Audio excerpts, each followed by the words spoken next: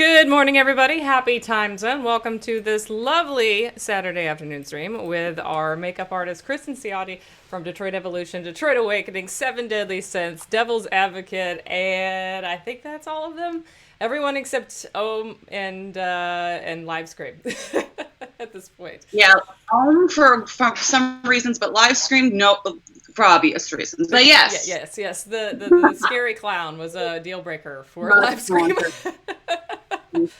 Welcome, everybody. Hi, guys. So some of you have experienced a Kristin stream before. If you were here in Detroit Awakening fandom back in the day last year, I had both Kristin and her husband Aaron on, who was our lighting guy and is usually our lighting guy for most Octopunk films as well, to talk about lighting and makeup for Detroit Awakening. That's on YouTube if you want to catch that.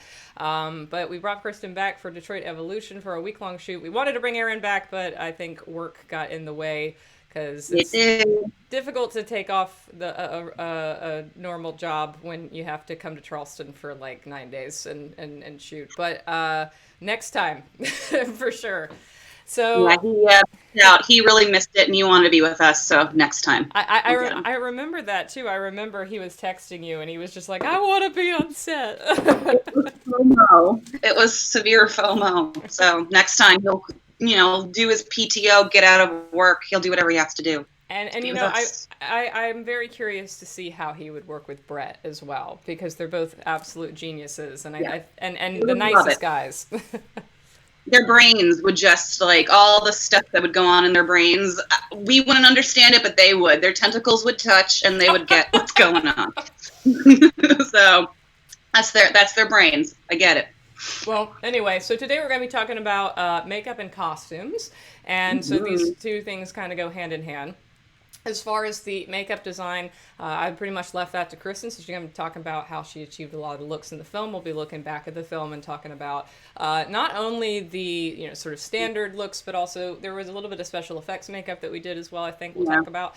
And as well as the costumes and where the costumes came from, how they were assembled, what the inspiration was for them, and also Kristin was kind of put in charge of the costumes, so might have some tips and tricks for how she kept everybody looking real fancy. I know the secret for Maximilien was shoulder pads. So we've got the 80s but shoulder pads, man, that really makes a difference. It's crazy. It definitely made a difference for some of Nine's scenes for sure, especially when he had to be shot dead on. Right. So I guess I do have some. Let me see if I can pull up some pics here, because I've got costume pic slides, which we'll get to, but I also have just generally some pictures from the film. Actually, I might be easiest just to pull up the film and just kind of go through bits of it. We'll do some screen share stuff. Here we go.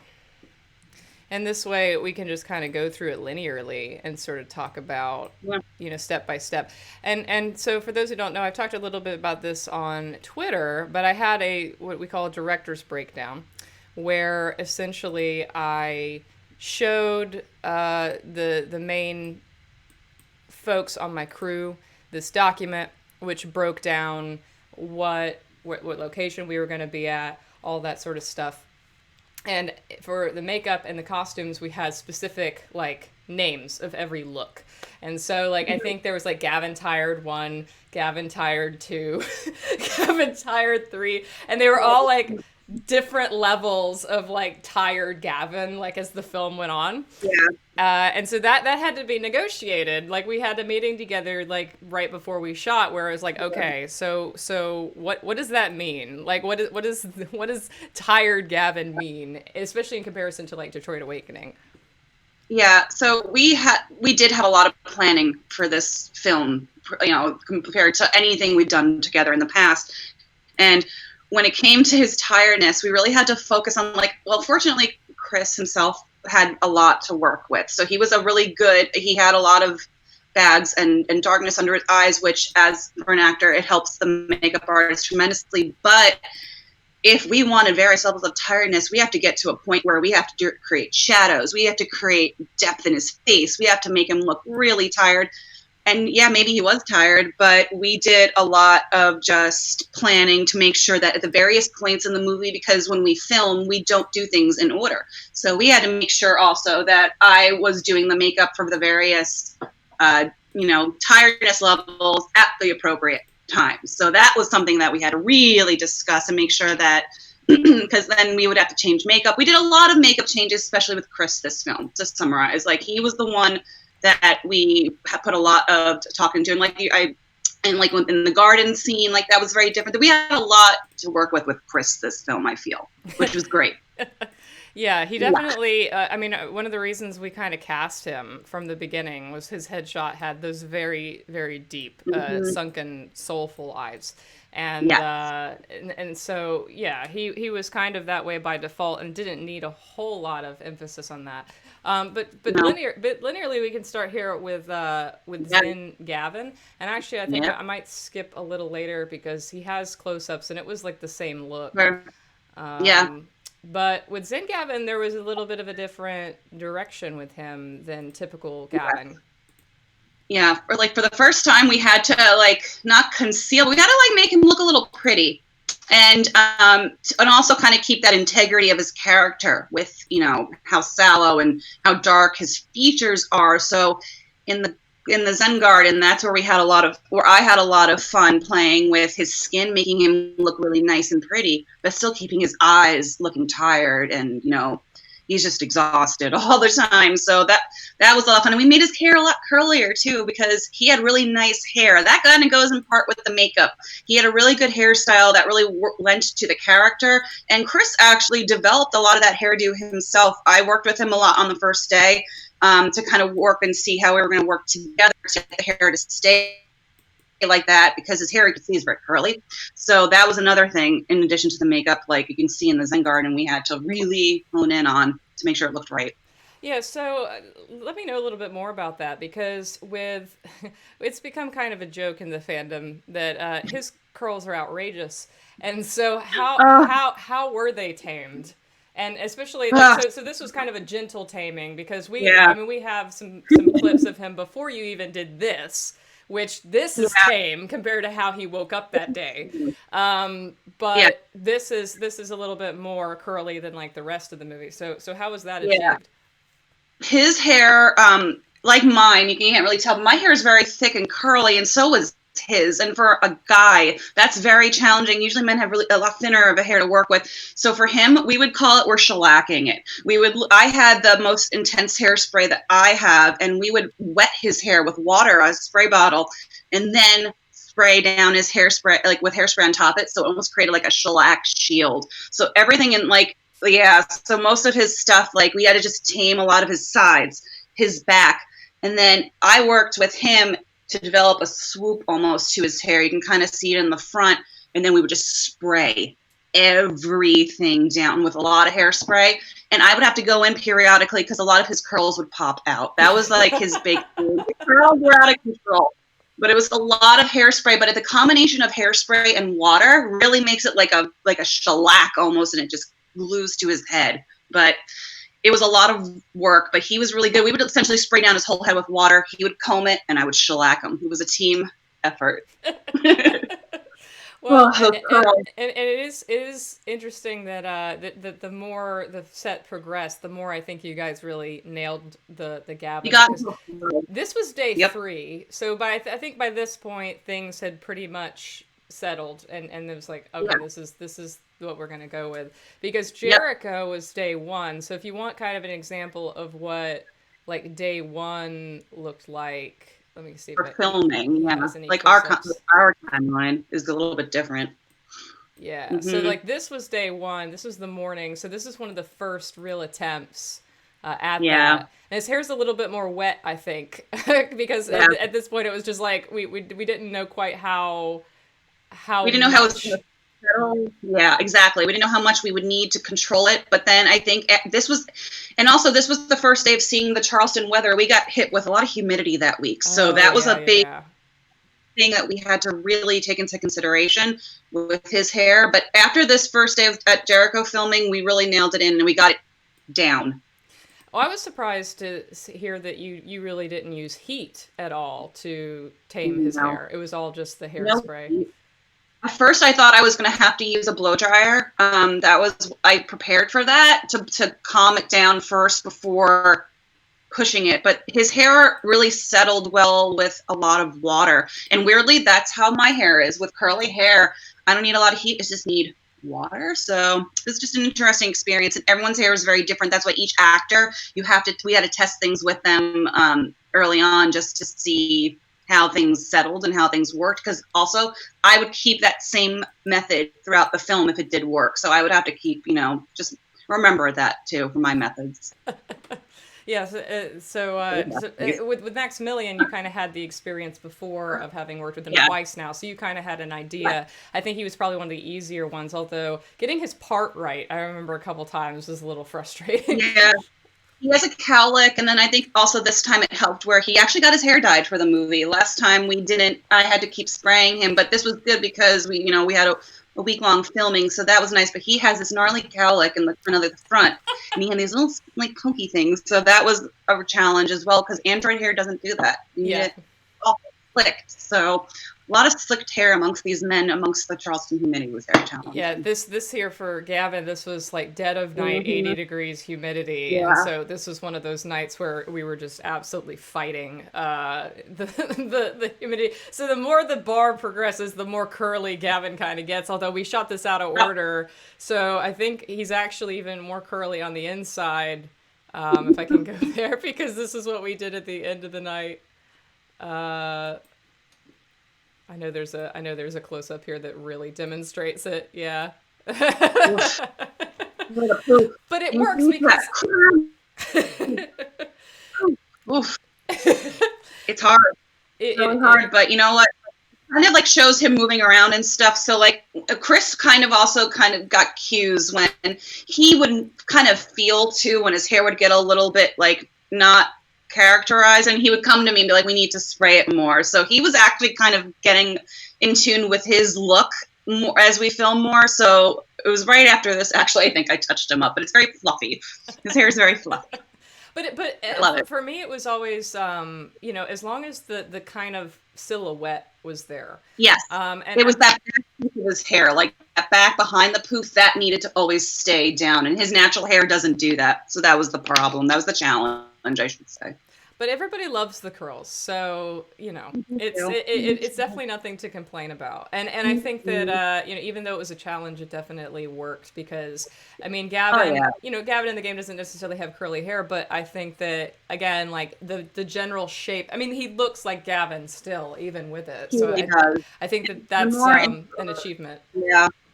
Absolutely, and then the more inspiration we would look at it, we wanted to also develop our own him, we wanted him to kind of take on his own Gavin, his own personality for this film from the game. So this was I think a really nice marriage of that, and it shows his personality a little bit too. You see Chris in there, so I think we did well with that. Now another aspect of Gavin is his scar, which now I don't know if Chris was as helpful with the scar as he was with the hair, because he was determined to wipe it off of his face at every turn. Yeah. Guys don't like makeup. They don't like makeup. I get it. Let me see if I can find. So this scene again is a pretty good example of him looking very, very canonical. This is both in costume and makeup very, very much the canon Gavin. So I know that this really works because even from here, even from far away, that scar is visible, but it is not. It doesn't look like painted on or anything. It looks very natural. No. It's great. And then what's another scene where it's very prominent? I know that this scene with Tina definitely, actually, this whole sequence is very, very heavy. The eye bags. The long night, but the scar itself is still kind of scarry as we've seen in the past. It's like we have to keep the canon stuff canon. So his scars that he has on his face, we had that kind of mapped out, and it's just like that. over time, tiredness would just get more, but we had to keep the similar symmetries of where his scarring was, because he had the nose scar, he had some on his face, so we had some just spots that we would always touch up to make darker, to make sure that those were the things on film that were showing and translating the most, other than the tiredness, because that's the thing that people are going to identify with the character is his scars. So that was important for us, and especially in all of our various lighting too, was to make sure we saw the scarring. Yeah, and actually talk a little bit about that, because we did have very different lighting scenarios for everyone. So what, and you weren't prepared for that necessarily. It's like not like we did tests or anything, lighting tests in advance. So how did you adapt to the various lighting that we were working with every day? Yeah, so I would always kind of do their makeup in the beginning of our day, and then I would be on set with everyone with like kind of a kit, and I would do a lot of just once they were on their set, once lighting was kind of set up, we were getting ready to film, I would just kind of jump in and look from various angles to see if I couldn't see something, and I would also ask others, people like Brittany, our lovely Brittany, our assistant director. She would also tell me if she couldn't see something. So the main things that I would go in with my kit, and I have some stuff here, I always had, and this is like a cushion eyeshadow. It's really great. I'll make it bigger so they can see. Hold on, in the screen. Yeah, there's like two main things we use for his scarring, and the one big thing is it's in a little pot, and it's from Stella, but you can get anywhere. It's just liquid. It's liquid eyeliner, but it's cushion. So this stuff stays on all day, and we would essentially just go in, and it's like a red tint and a brown tint, and that's what I would get in with the scarring, and that's what would stay all day. It is waterproof. It is sweat proof. That is what we use the basis, so that if every other piece of makeup came off his face, I would at least know where his scars were always, so I can always touch those up. Especially when we were outside, a lot of his makeup would come off. That's just how makeup is. You have to retouch it, and then we'd always go over it.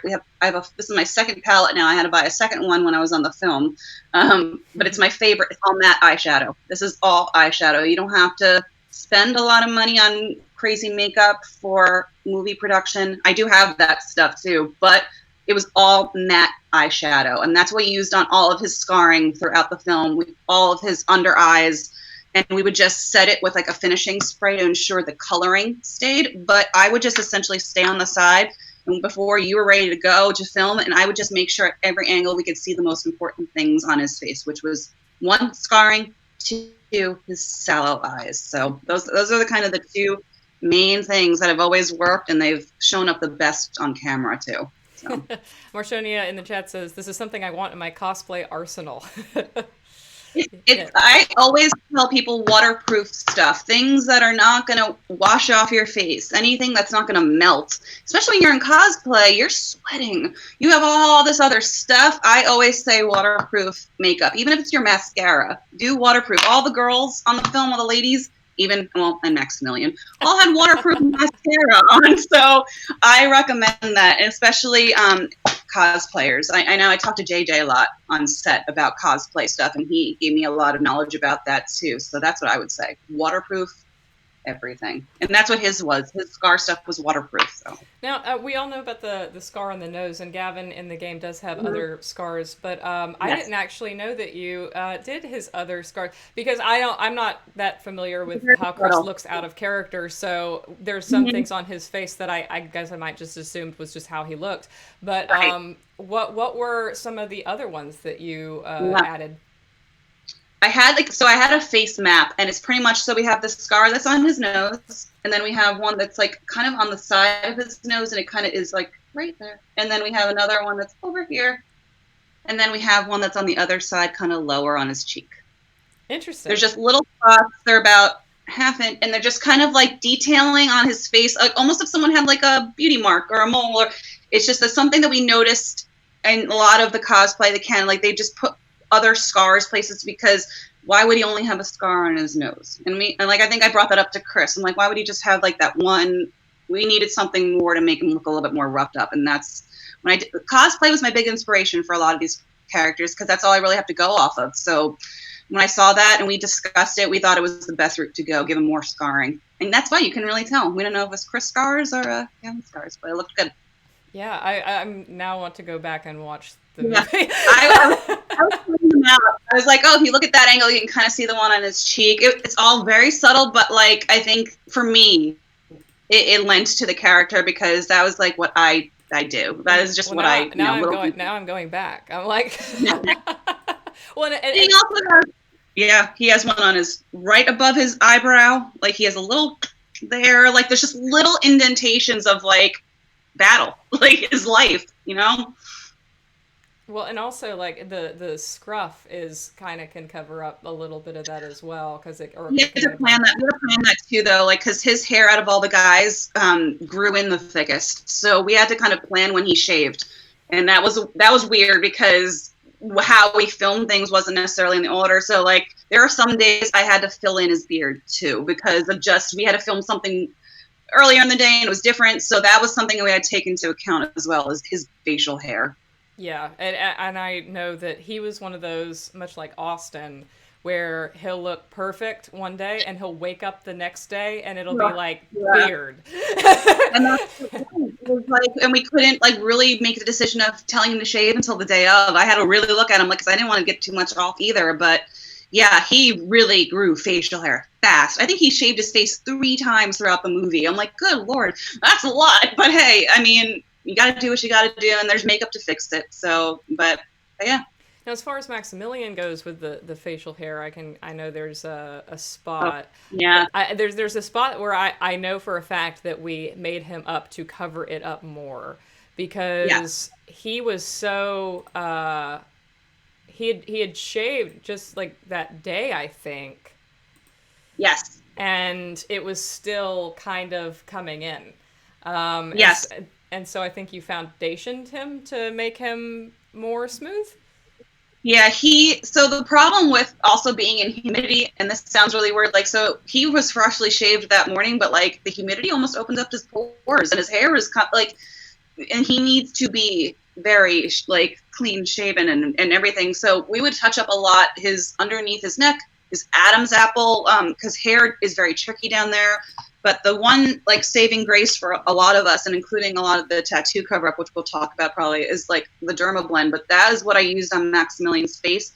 It's all mattifying, and we used a mattifying. Everything was mattifying, but we had to make sure that the makeup like almost stayed and like stippled into his beard. But I think from the first day it looked really good, but he needed to pretty much shave his face every single day, and that can also cause a lot of redness. Yeah. And he has really fair skin, so I put a lot of counteracting makeup, green makeup, funny enough, to make him not look red because he doesn't have, he's not a human. So like there was a lot of little things that you got to really pay attention with his character too. But his facial hair every day, clean shaven. That's not what guys normally do every day. They wait. So, yeah. Yeah, I don't know if Austin would be every other day, but yeah. I'm not talking about shaving apparatuses. We're trying to figure out the best ones. I'm telling you, it's hard. It's hard to get close shave, so yeah. They say Twitch is hating them right now. It might be me because my bit rate is really rough right now. I don't know if it's just because I'm trying to run Zoom and this at the same time. I'll switch back away from screen share for a sec and see if that fixes it. Let me see.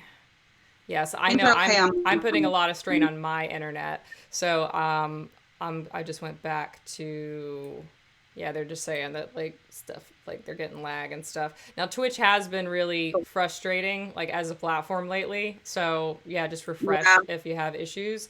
But I'm definitely like my bit rate's in the red and crap. So but if some people say it's all right, then that maybe it is just Twitch and not me. But yeah, let me know if you guys get lag or something.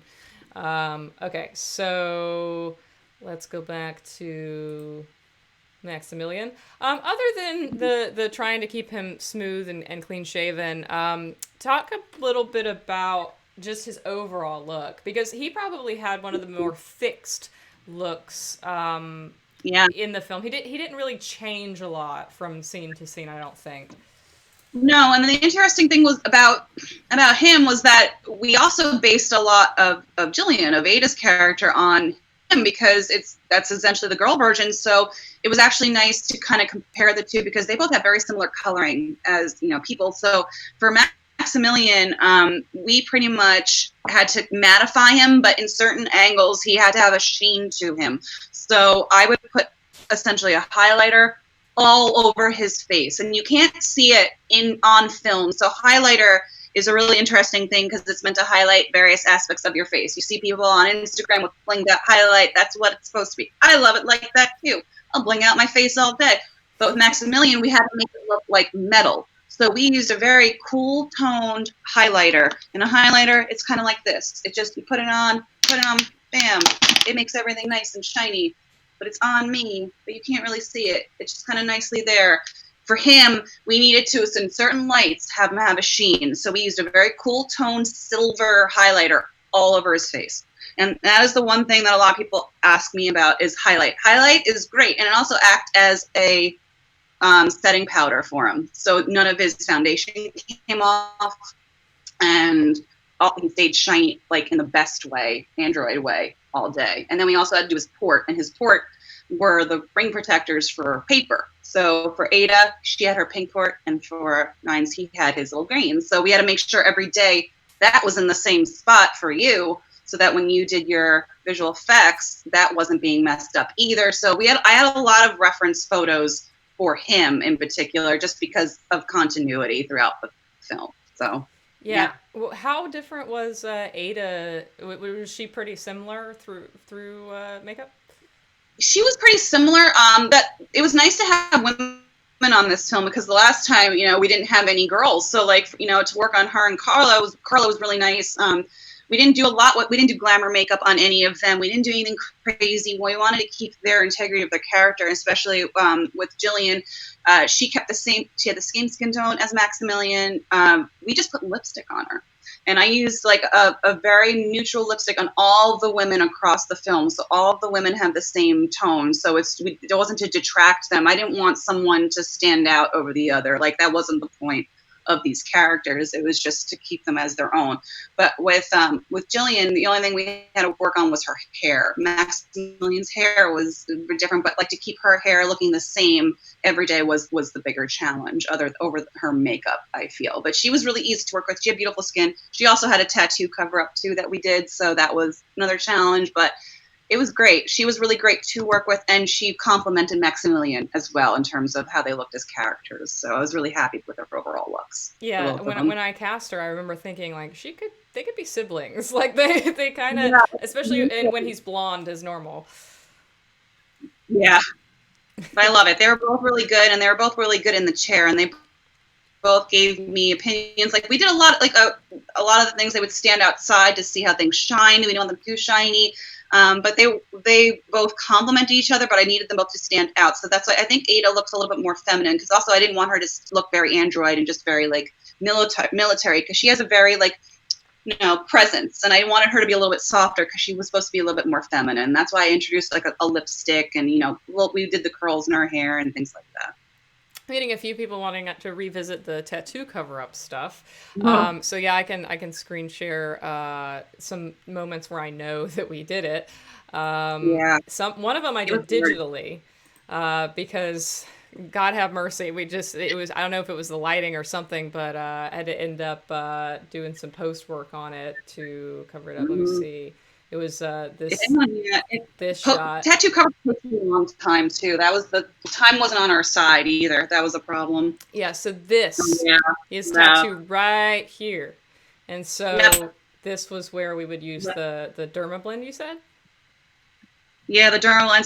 So it was funny because his tattoo ate up foundation. And you can see. Remember, Michelle? We would sit there for sometimes over an hour just stippling his tattoo, because black ink, and I have tattoos so I can say this, black ink really just drinks up stuff. So his tattoo is just pretty much a straight line down his entire arm, and anytime he wore his t-shirt we had to cover it. So it was just a continuous process of layering pretty much translucent powder and the derma blend foundation, and it was just a constant waiting for it to dry, do another layer, until it got to a point where we would just kind of see if we can see anything And we all felt comfortable. We let him go. But I would literally be on the side sometimes in scenes with the stiff, like having to touch him up, depending if you guys saw it in certain lighting. So the tattoo cover-ups were challenged this film because of how big and the placement of it. So I know for next time. This was my first real big tattoo cover-up for something, and I've learned a lot. And actually, after the film, I educated myself on a lot of new techniques. So I'm excited in the future. Oh, his arm. That's the tattoo arm. So this is, but you can't see it. This was not post. This was all makeup. And so it worked. Yeah. Because that is right where it is. And and like I said, it goes down. You remember, it goes down the whole length of his arm. So that was just something we had to be really mindful of. And the thing is, it has to be dry. If that stuff isn't dry, then you're going to see it. Yeah, that was good. Flawless. But yeah, a lot of layering. And I recommend it. If you're going to do cosplay, anything, if you're going to do anything where you need to do a big cover-up, Derma Blend is the way to go. And you can get it in, like, any stores. Like, you don't have to get it online anymore. So Derma Blend. Get it. And then tattoo cover-up. As far as Jill goes, she was like here. That was the challenging. So that scene as a whole, where with the fight, that was really hard for makeup. That was really hard for hair, and that was really hard for her tattoo. And conveniently for us, it was the first day of filming, so it was just like we got thrown into it. But I think hers was on her arm, right? Yeah, it was like right on her wrist, and because she was moving around so much, and with Maximilien, we had to be very mindful that the tattoo stuff didn't rub off. That it was still there when she got up off the floor. So there was a lot of me running in, cleaning up stuff, throughout this whole filming. Like, I remember I was just on the side, just getting ready because they moved around a lot and makeup was coming off. And this was before I had the Derma Blend. So this was the challenge. This was my challenge of the film. Yeah, this was day one. And I remember, I don't think I knew. God, you did a good job, though. You really cannot see, like, not at all. It was hard. It was, and I came with a lot of backup stuff. So if you don't have Derma Blend, you can use regular foundation. It just won't be, there's some kind of weirdness in the Derma Blend that is more, like, tacky. But, like, you can use regular foundation if you're in a pinch. But that's what I did. That's what I did for her, is, like, it was regular foundation. But afterwards, we wised up and we got the good stuff. I think with her tattoo was not quite as dark as well. Like, I feel like hers was a little more subtle. Yeah. Right. And it was smaller. And her costuming also lent to, like, a lot of drapery. So, like, we didn't have to worry about it a lot. But this scene in particular, and I remember her even saying it, she would, like, rubbed it a few times, like, on the floor or whatever. Like, we would just fix it up. But it was this was challenging, especially. This is the tattoo wrist. That was the tattoo wrist right there. And you cannot, it was perfect. Yeah. So. Yeah, it was my challenge of the film was the tattoo cover up. And I'm pretty happy with how it came out for the most part. So it just takes work, guys. If you're going to do it, it just takes work and patience. Yeah, you definitely have to have patience, because I remember there were moments where we really needed to run a scene or something, and you're like 20 seconds, just wait for it to dry. M. Scott said, I can imagine it rubbing off onto Maximilien's clothes. Okay, so story about that. It happened. Oh gosh. Because I remember, so we shot this scene at the apartment, the daytime. Wait, no, the morning after. Here we go. Yeah. So this scene was the first scene we shot this day at the apartment. And, he's sleeveless, so he was definitely, covered up here. And this scene went in a very, very, very dark direction in filming. We shot more intense stuff than what we put into the movie with Gavin. And so afterwards, he was going around hugging everybody and stuff, and we all got it. Like, I got it on my back. Maximilien got it on his shirt. You had to then clean the makeup off of Maximilien's shirt here. Although I think actually this costume he didn't wear later anyway, so it was fine. But yes, we all got Krist. Tattoo love. Oh, it's all right. It's all good. But oh man, yeah, that was the problem. Like, we had to really be aware that that didn't rub off on costume, especially Ada. Her character's she wears a lot of white. So like we didn't want that to show up and get dirty. So yeah, I don't know. But I was really happy with these scenes in particular, because like you said, his arms were out most of the time and there was a lot of touching. So and when I watched the movie for like the third or fourth time, I paid a lot of attention to a lot of things, and it looks really good. So I'm pleased with how that turned out overall. I have a question from P. Finello. How do you plan appropriate shade range to match various skin tones? Do you have to mix shades? So how do you get the shades right of the skin? Yeah, so I have a two different kind of kits that I prepare for, and prior to filming, Michelle gives me everyone's headshots for the most part if she can, so I can at least look to see what my range is, because I also can't bring every piece of thing I have. So I have flat kits, which I don't have now, they're packed, but they're flat, and they have pans of all different color ranges for foundations for all skin tones. I have 3 of those that go from the lightest of light to the darkest of dark.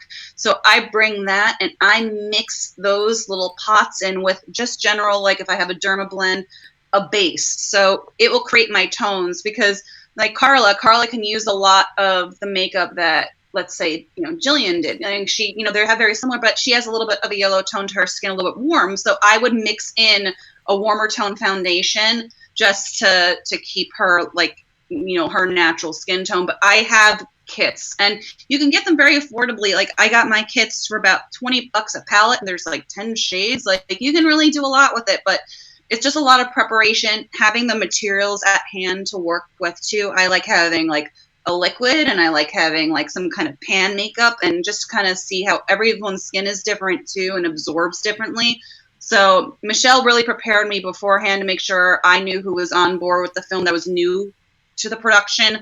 Because actually it's funny, I have, and I don't know if anyone knows this, I have one foundation that I call the Michael Smallwood foundation that matches him perfectly, that I bring on anything that Michael Smallwood is, because it matches this perfect shade for him. So, I just make, it's kind of just planning, a lot of planning, I will say. And if we work with the same people over and over again, it makes your job easier. It does. I know everyone's colors at this point. Like I used the same exact foundation for Maximilien from the first film to the second. Like I kind of had them dialed in. So that's easy, but it does help to plan beforehand. If you can ask whoever it is for headshots of the people you're working with, or sometimes just photos of them, just to see what they look like naturally, that will just help to plan. And in the case of Tina Chin, we had 2 different makeup looks for her. Yeah. Although I actually think technically it was like 3, because the way we had her as an officer, like this, her at work, and then we had her at the bar, and these were 2 different looks, because like this is her at work, this is her being professional, this is not trying to be glamorous or anything, and then we have the bar look where she's out having fun. Let me see if I can get like a decent still, which is different. So what are the differences specifically between these 2 looks? Yeah. So we didn't want to. So because she is a cop, she is a police officer. We made the assumption, when I was talking to Carla, we made the assumption that when she goes out at night, she's not going to get overly dolled up either. It's going to be bare minimum. So her hair was very thick. We gave her a bigger, like a higher ponytail to make her just like feel a little bit more dressed up. We darkened her lipstick a little bit, and I also gave her some more face stuff. I could put a little bronzer on her. I made her look a little bit more from day to night, and that's kind of what we did. We kept the day makeup the same on her, but also in these scenes we had to also make her look tired. That was the other thing too. We wanted her to almost look like she put on a little extra makeup at the end of her shift, and then she had a long night. So that's what we were kind of going for. And you can kind of see around her eyes a little bit of, like in the corners, it's a little smudged, like around like her cheeks, she's a little bit flush because, she's just tired. So we kind of just deepened a lot of her tones from day Tina to night Tina. And I thought that was really effective, especially with a lot of the lighting we had going on. It brought up a lot of her qualities on film a lot better, just deepening things. Because she also has dark features, her dark hair and everything, so it really lent to her character.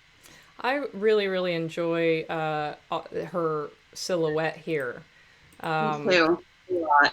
Because she does have that high ponytail. Yes.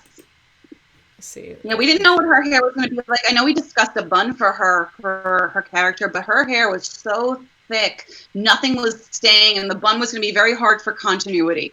And that's something that I wanted to keep in mind too. Like the various filming scenes, we wanted to keep the hairdo the same. So if we had to do a bun every time, it wasn't going to look the same every time because of just her hair was so thick. So we compromised with the ponytail, and like when she's going out, high ponytail is a little bit more fun than her low ponytail at work, where she just keeps her hair off her face. She's very stern. We put a little bit of hair in front of her face just to make her look a little bit more like, she's going out. Yes, she's parted here. Everything's slicked back. A little bit more prim and proper, because cops also need to have everything off their face too. They can't have hair down either. So. Yeah, but she came out really good. She was really a delight in the chair as well to work with. It's my first time meeting her, and she was really great. She's just fantastic across the board. I love Carla. I found her one thing in my car the other day. It was like the little placard that says T. Chen. I found it in my trunk. I'm like, oh, fun for me. So you're the one who ended up with that. Okay. Last week, I'm like, I fell off on. Believe me, yeah. But that's where it was. So the other thing here with Jill that we talked about was giving her a nude lipstick in this scene. Yes. So I loved this this top too. This was one of my favorite costumes of hers, like that. And this was a very hot day. You can kind of see by her hair it was a little humid, but we did a nude lip, and it was also matte. Everything was matte for her because we didn't want normal people's sweat. We wanted it to be android matteness with the shine that is determined by them because they're androids. So everything on her was matte, and she also had, because her features of her hair are really light, so I had to put mascara on her, waterproof mascara, so we could see her eyes, because filming was very hard because she has blonde eyelashes, which I didn't really know until getting up close and personal and seeing. But her matte lipstick we used across the whole film, day to night. It was just part of her cornerstone, her character. Yeah, I know. And I think it looks well throughout. There's a little pink tone to it, so it kind of just makes her. Yeah, there's a little bit of a pink to it. It just makes her look a little bit more. It gives a human quality to that android appearance. Now I want to see her eyelashes. I'm trying to find. There we go. There's that mascara. Yeah, she needed, because her very light features, and I had to bump up her eyebrows a little bit too, so we can see it on film. That's the other thing. People think that like makeup, you can do it and you're done, but like things translate very differently when it's on film. So a lot of times we'll go in and touch things up. So that's what we had to do for her, so we can see it. Word. But I love her look. I love how everything came out for her. Anything specific about Dr. Maria? I know that, so Mary Lynn Robles, she's the type of person who I believe wakes up with like permed hair. Like, her hair was huge. Very curly. Mm-hmm. And I think she showed me pictures before, yeah. I think she asked me curly or straight, like before she arrived. And I said, well, let's go straight. And then I think you added the waves. We did. So she came in, like her hair, like you said, was really big. She had very big hair, and it's very curly, unruly. It would have taken me hours just to straighten it. So for time, she came in with the straightened. We curled everything, and we were thinking about originally just pulling her hair back, but her face shape, it didn't look right with it, and she had a really nice natural part.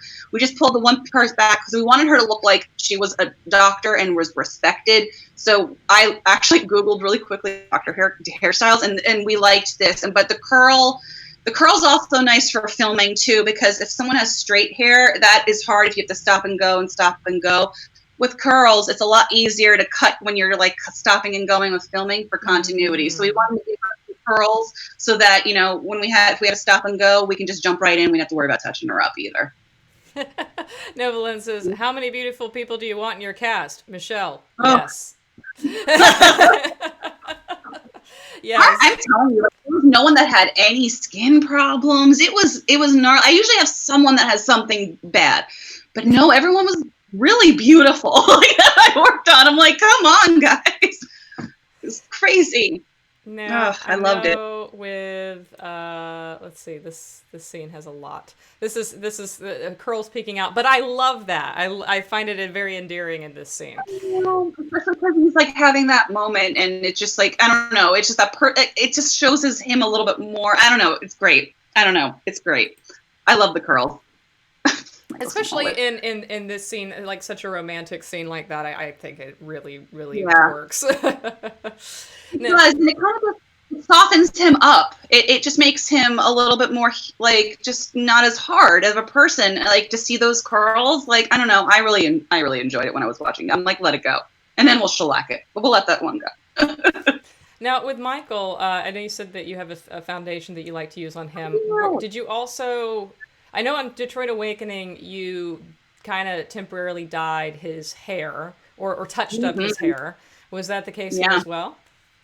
Yeah, we did it again, and we did it. We sprayed him, so the stuff that we use is semi-permanent because he was only on our set a few days throughout the process, and they weren't continuous. So rather than him dyeing his hair, it's silly. We used root touch-up spray, and we pretty much would just spray it on the outside of his hair just to cover up any of the grays or any kind of like inconsistencies with his hair. And then we put a layer of hairspray because his character is younger than like he's coming off. So like we wanted him to kind of come off as a younger guy on film. And that root cover up spray is amazing. I used it on Maximilien, the first film too. Like it's a really good quality product, and it's like good for semi-permanent results. You spray it on and you're good. But we did it on him every day. So in the morning, we would just spray him, and it would pretty be good to go. But it was one of the weirder products that I used for the movie that I didn't think that would come in handy, but it really did. It made him look more polished, in my opinion.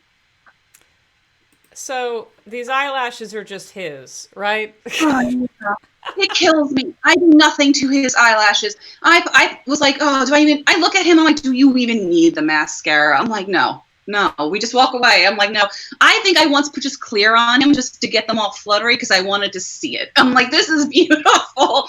But the men's eyelashes on these films is something to be jealous of. I don't have these eyelashes, but come on, look at the fluttery. Look at that. It's beautiful. Michael's he has really nice skin too. I do all the time. Like he is a pleasure and a delight. Michael Smallwood. I think this is also another one where there was a very, very effective tattoo cover-up.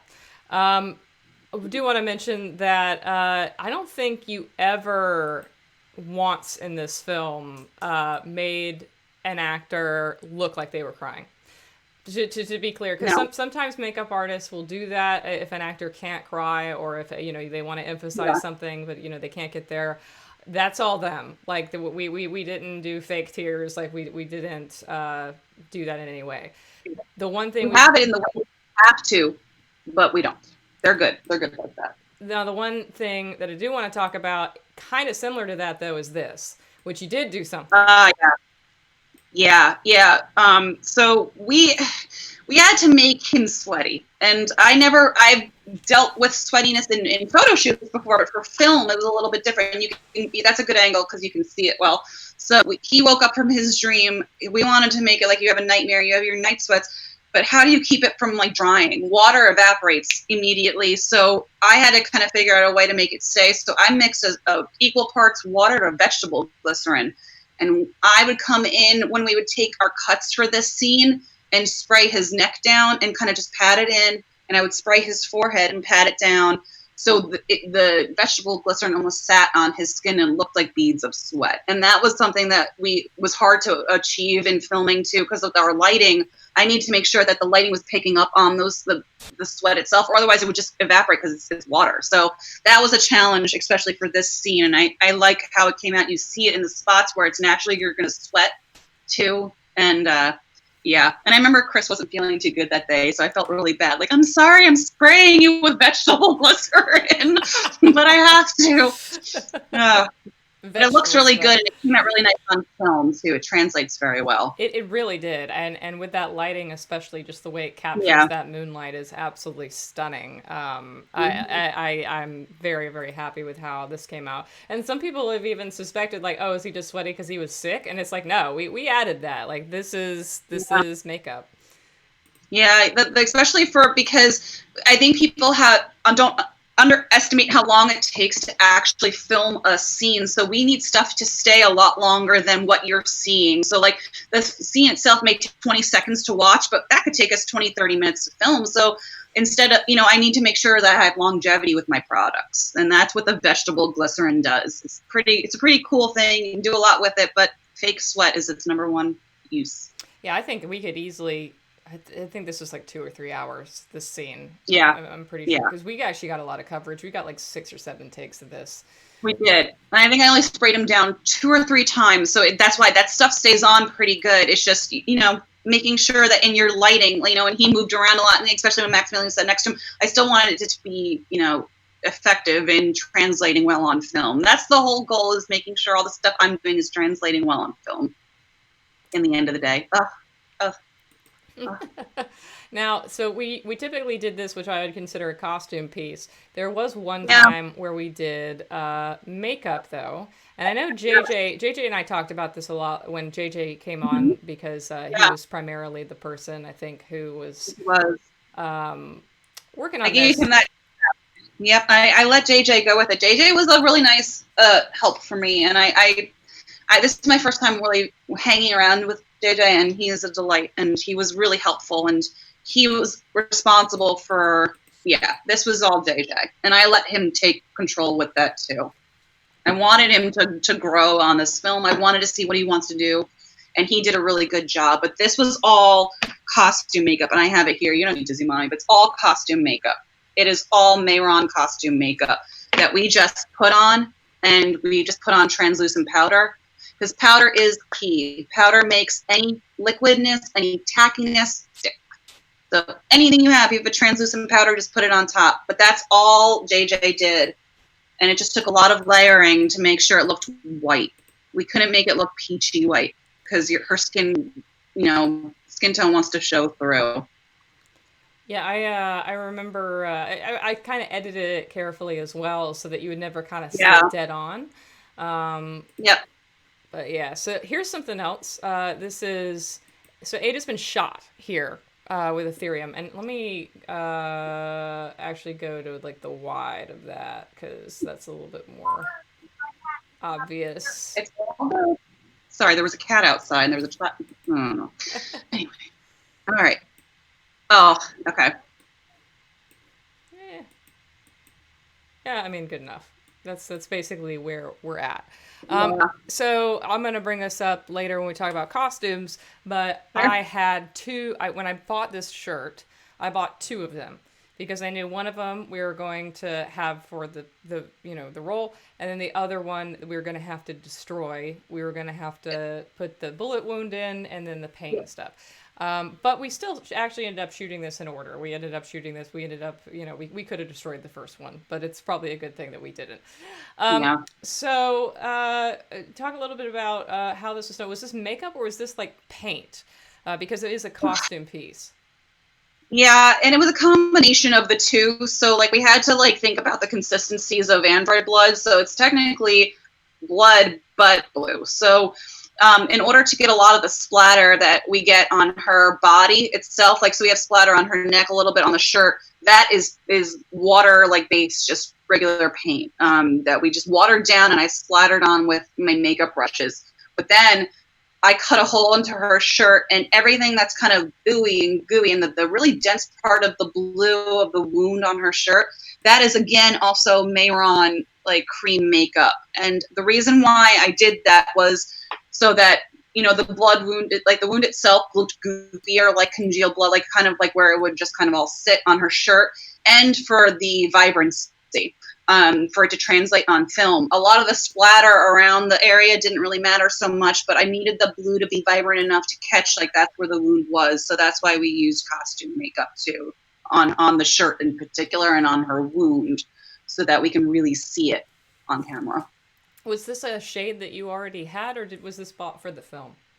I had this shade, so like you can get a lot of the Mayron makeup in like a kit of all different like primary colors. So I use a lot of them actually for color correcting makeup, but I never used the blue, and the blue was just funny enough worked with the blue tone that we had, picked out, well, was chosen for the Android blood. So this worked out really well, and it dries really well because it's meant to be like, makeup for costuming. So I didn't have to worry about it really spreading. Once it got into the areas of her shirt and her skin, it just stayed there, and we didn't have to worry about filming if it was going to move around or anything. It was a great product to work with. All right. I'm trying to think if there's anything. Was there anything in particular with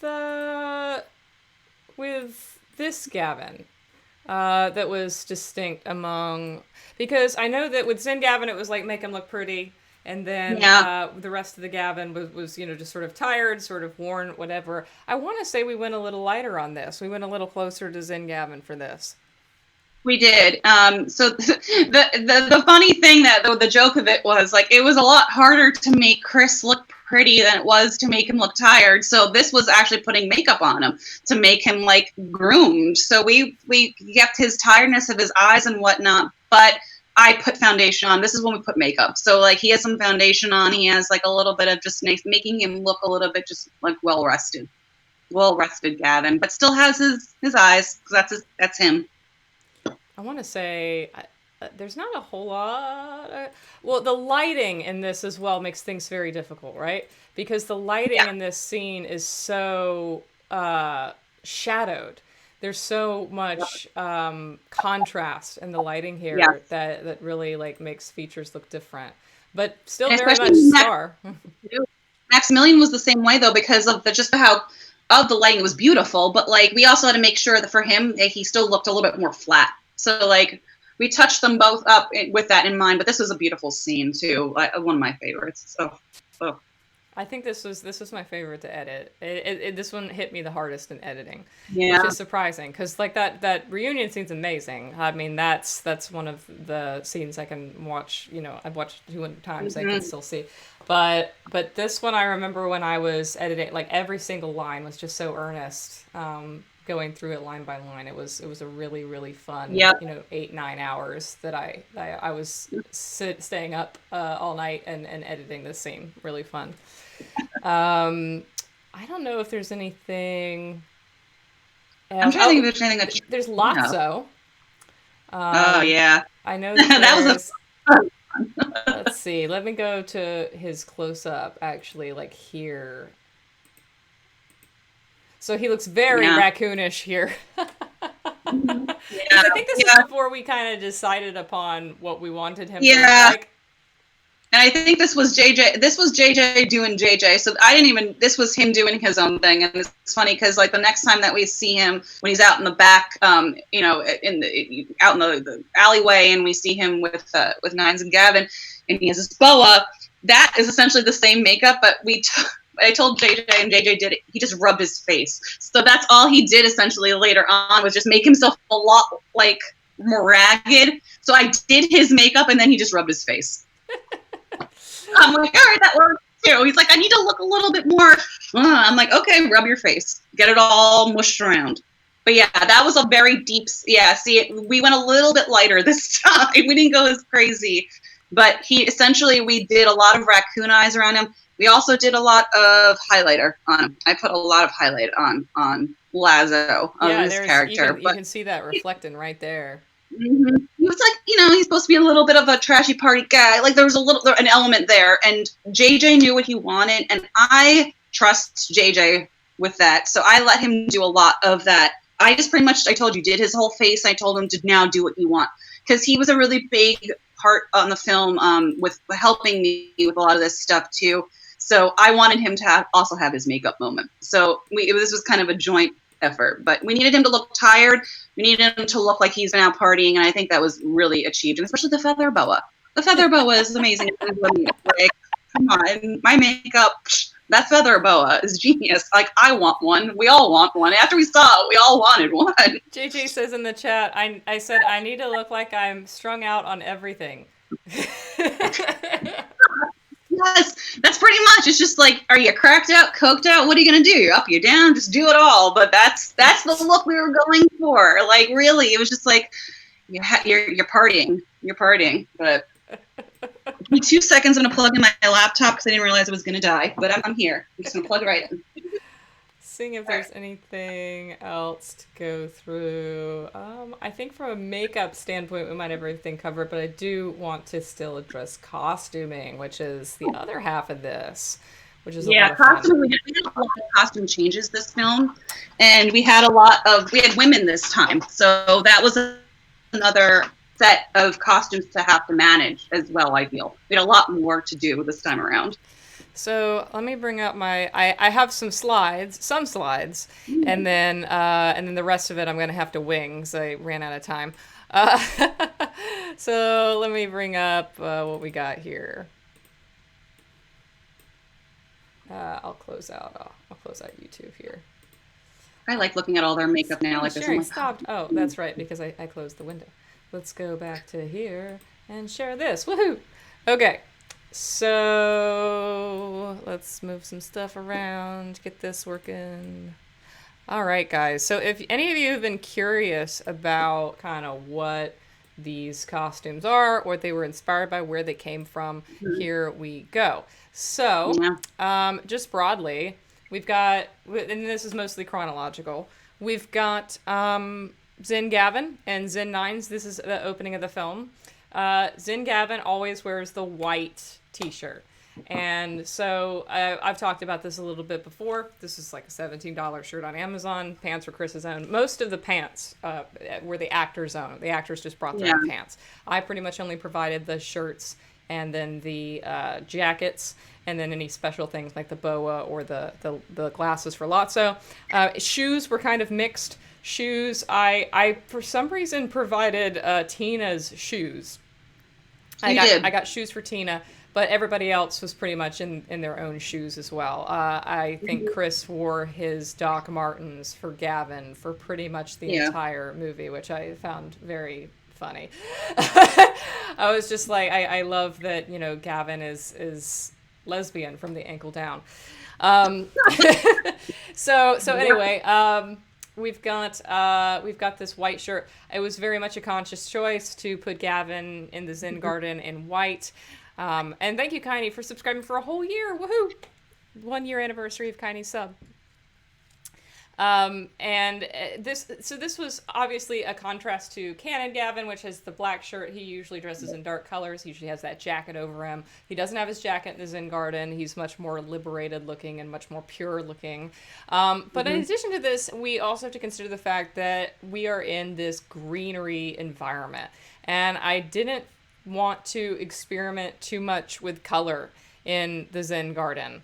Nines is in his traditional black, Zen Gavin's in his traditional white, and then that contrasted really well with the green background. Because imagine if we had put them in like red or like purple or brown or something. Yeah. I feel like it would have been challenging. Yeah, the costumes that were in general mostly neutral, except for some like personality quirks within costuming, but I think that was intentional. Like that was, and if it were anything more, it would detract from the characters, and especially like you just said, the greenery in this scene, especially these scenes were really beautifully shot, and we had a really great location. So the costuming was perfect choice for these. I think my next one's in Nines. Yeah, so this is in Nines. This was a shirt from H&M. And so the other thing about Zen Nines here, the sleeves being rolled up. This was like his one, I really like the idea of, you know, we have Detroit Awakening where he's very buttoned up, he has the jacket, he's very, you know, androidish, he's very, you know, factory default. I think that the showing of the arms is a little bit of a, I'm evolving a little bit, I'm developing my own style, I'm loosening up a little bit. Zen 9 still has the straight buttoned up, you know, collar, but having the arms rolled up to the elbow, I think made him look more imposing as well, and gave Maximilien a more interesting silhouette, a more imposing silhouette for the character, but also gave him a little bit more personality. And yes, it was a $30 shirt, which is a little obnoxious, but that's what I found from H&M. And then we get to his Jericho outfit. So he's got another button-down shirt. This one has white buttons. I think we must have bought 10 or 11 different black shirts for him that were used throughout the film. They're all slightly different. And then he's got his motorcycle jacket. This is the jacket that he wears through the majority of the film. I wanted to keep his white jacket. If you've ever seen fan art from Luscious White Flame, they have done a lot of this kind of design for Nines. It's funny, like, a lot of films, they have concept artists and stuff, concept artists who come up with costume designs and stuff. In a way, the concept artists for this film were the fan artists in Read 900 fandom. A lot of the costume inspirations were from popularized fan art, from kind of headcanons that other people go with. I've seen Nines in the motorcycle jacket a lot, and I thought that was the most fitting for him. So this is the jacket that he wears through about, 90% of the scenes where he wears a jacket. There are only 2 scenes where he wears a different one, which we'll get to later. But yeah, and I like how he filled this out. And Maximilien took this jacket in the end. He is now the owner of this jacket. It looks so good on him too. Like, it was really weird. Like, when I looked at him, like, that kind of suits you. Like, I can see you wearing this. Like, it flattered him very well for some reason. Like, it just made, as like Maximilien, like, it's a jacket for him. Like, it was great costume. So now we've got Jericho Gavin. So this jacket that he has, that he provided that. This is very similar to it, but kind of the same hooded. I think this is the jacket we may have used in Detroit Awakening. So the reason why we do not have the Detroit Awakening jacket to use is because Ty took it. So I no longer am in possession of it. And I wasn't going to be able to get it back. So I was in want of another Gavin jacket beforehand. This was the jacket that Chris's headshot was, where the headshot that I cast him off of. So he says that it's not his jacket, it belongs to a friend of his, but he was still friends with that person, so he was able to go to that friend and get that jacket again. So that was good. So he provided this. He wore it through the majority of the film. And this was very important to me to kind of keep Gavin looking like Gavin. Gavin's basic design for all of his costumes. I mean, if you want to know kind of the template that I went with all these characters, Gavin was always hooded jacket, V-neck plain shirt of a darker color, and then like black jeans or dark wash jeans. It was all one of those things. So, I changed it up. I mixed and matched to show the passage of time. In this case, it was a green shirt, which was kind of a nod to the folks who interpret Canon Gavin's shirt as dark green, because it's very difficult to tell with the lighting what color Gavin's jacket and what Gavin's shirt actually is in the game. It kind of looks a combination of either black, gray, or green, depending upon, or even blue in some lightings. So I've seen it blue in certain cases too. That's what I was going to say. I've seen it in blue, so that's interesting that you So this is a green. This is like, okay, well, yeah, I could see Gavin in green, and a lot of people have drawn him in green before. So this is what we open on. And I think it's important as well, because this is the first scene in the film. This is the first time you see these characters. And I'll talk about this a little bit more in depth later. But you want to have that instant recognition when you're seeing that character for the first time. I don't think that I could have gotten too experimental with his costume design in these opening scenes, and that's why Nines also has, in the Zen Garden is very, very Nines, and then goes into, the white jacket and the black button-up and everything, is because you want them to be immediately like, that's Read 900. And then later, as we get through the course of the film, we can show him in a tank top, or we can show him with no jacket, or we can show him, here and there, and, still preserve the character. But starting right off the bat, you've got to have, the iconic costume and something that's reminiscent of the canon to go by. That's like an identifying feature almost, and that's like his jacket. I guess that's like the identifiable thing for him. I remember Chris once told me while we were on set, he was like, it's when he put on the jacket to step on set for the first time, he was like, yeah, this is what makes this character. And there is an example of that being very, very true later in the film, again, which I'll get to when I get to that costume. But I absolutely agree. I think that, you know, even on days where maybe his beard was growing at a different rate or whatever, like he still nailed Gavin because of that jacket, because that tied the whole look together. Just like the choker tied the whole look together with Seth and Seven Deadly Sins. Oh, that choker. So Ada here, this shirt is $18 on Amazon. You could check it out. It's called Cape Cloak for anybody that's looking for this. It is still on sale. You can go get it right now.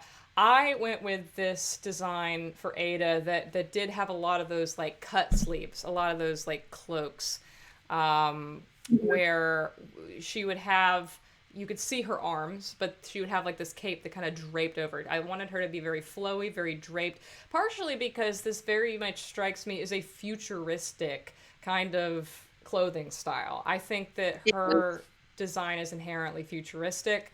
It's also feminine. It's elegant. It's, you know, as Jillian said on set, I feel like Princess Leia. I'm badass like that, sure. Which was great, and I agree with.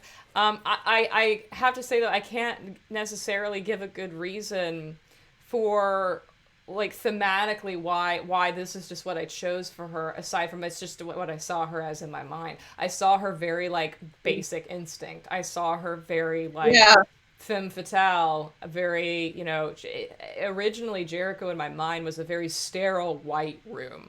Like, it was very, very glassy, it was very white, it was very bright, and everything was just, like, blindingly sterile. And I think that for her, costume design was matching that set in my mind of just very, very sterile, just very platinum blonde in this flowy white outfit, very, you know, highlighted skin and stuff, just everything just being very, very washed out and very colorless and emotionless. And without flavor. So I think this was almost a vestigial part of a vision that didn't end up manifesting, but she as the character stayed that way.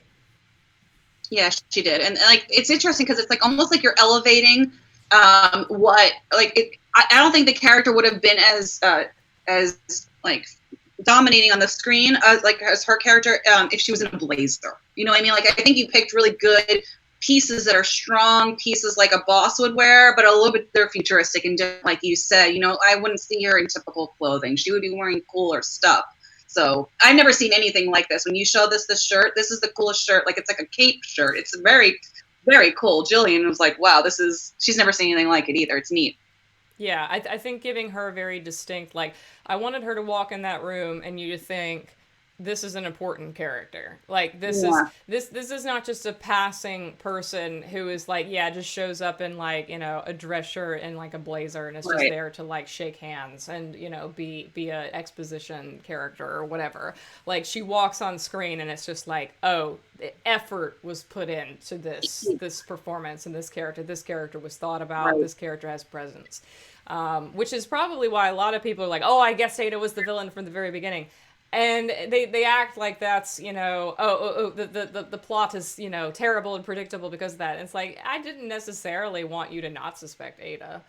Like, I think that when Ada comes on screen, like, she has presence. And there's kind of that dichotomy of, well, is she good? Is she bad? Can she be trusted? Right. Can she not be trusted? Can she not be trusted because she's trying to get in Nine's pants? Or can she not be trusted because she's a murderer? Like, what is her deal? There's supposed to be this target of suspicion on her from the very kind of beginning. You just don't quite know where, like, the why of it. Or something. She's a force.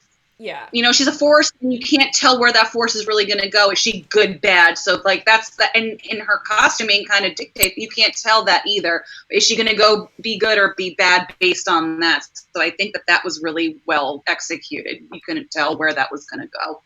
Yeah, Joy says if some people can guess the twist, that means it fits into the plot. And yeah, that's it as well. It's like, I think also having a twist is halfway through the movie and not at the end is also kind of a hint that it's like, this is this is not something that we were like proudly sitting on like, ha ha, you would never guess this. It's like, no, this is the plot of the movie. Like this is everything we were foreshadowing, like everything that would happen before this point, right? So yeah, I think that this also definitely lends itself to that. So with Parker, so funny thing about like his, I guess makeup is that Michael James Daly showed up to set with a full beard. And I don't know if you shaved it or if he shaved it, but I made him shave. Sir, go, because I'm like, I don't have time for this. Please go. Yeah, I mean, he had to shave the full beard because he was like, should I shave it? And I was like, well, you're an android. You're not really supposed to have facial hair because I don't think I've seen any.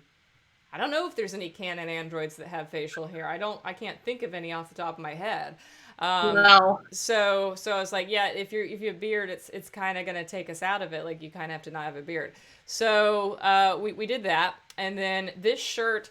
So when I was thinking about designing things for Parker, I very much went back to the canon game and thought about Jericho and that futuristic, like asymmetric design that all the Jericho androids went with. And there's a lot of fun stuff that's like that on Amazon that you can get.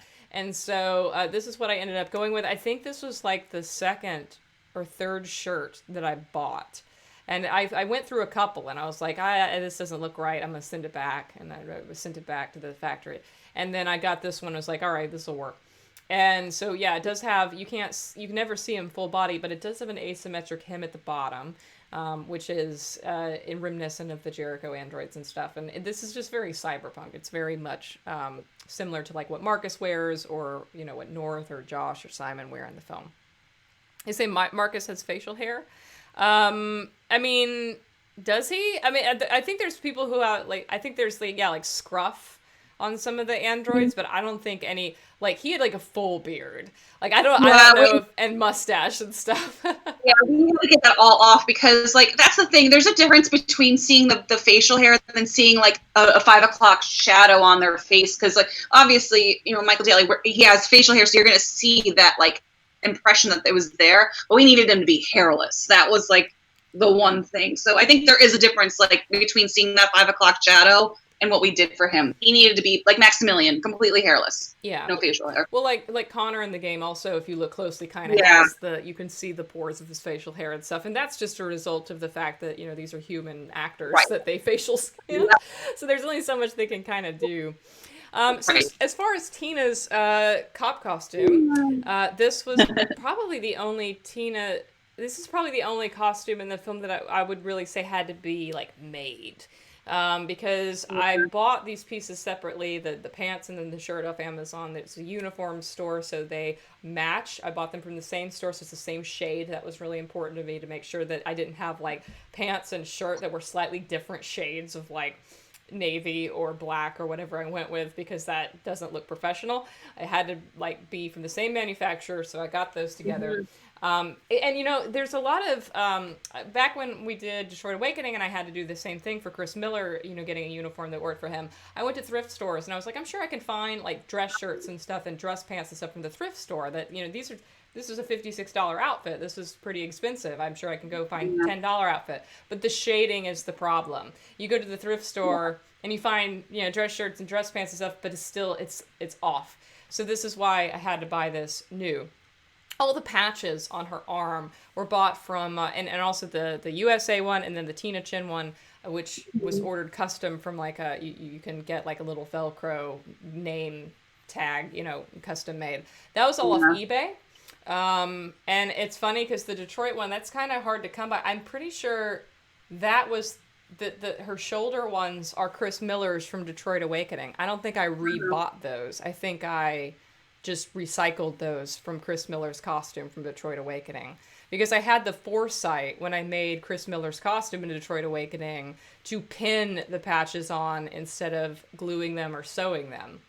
And that's what we did this time around too. We pinned everything too, just for the sake of if you wanted to use this costume again in the future, or use the patches. So everything we did for her this time, we just had to secure, like, because her arms are very big on the shirt, so the patches we had to make sure they laid flat. So we just pinned everything. Everything is pinned on her.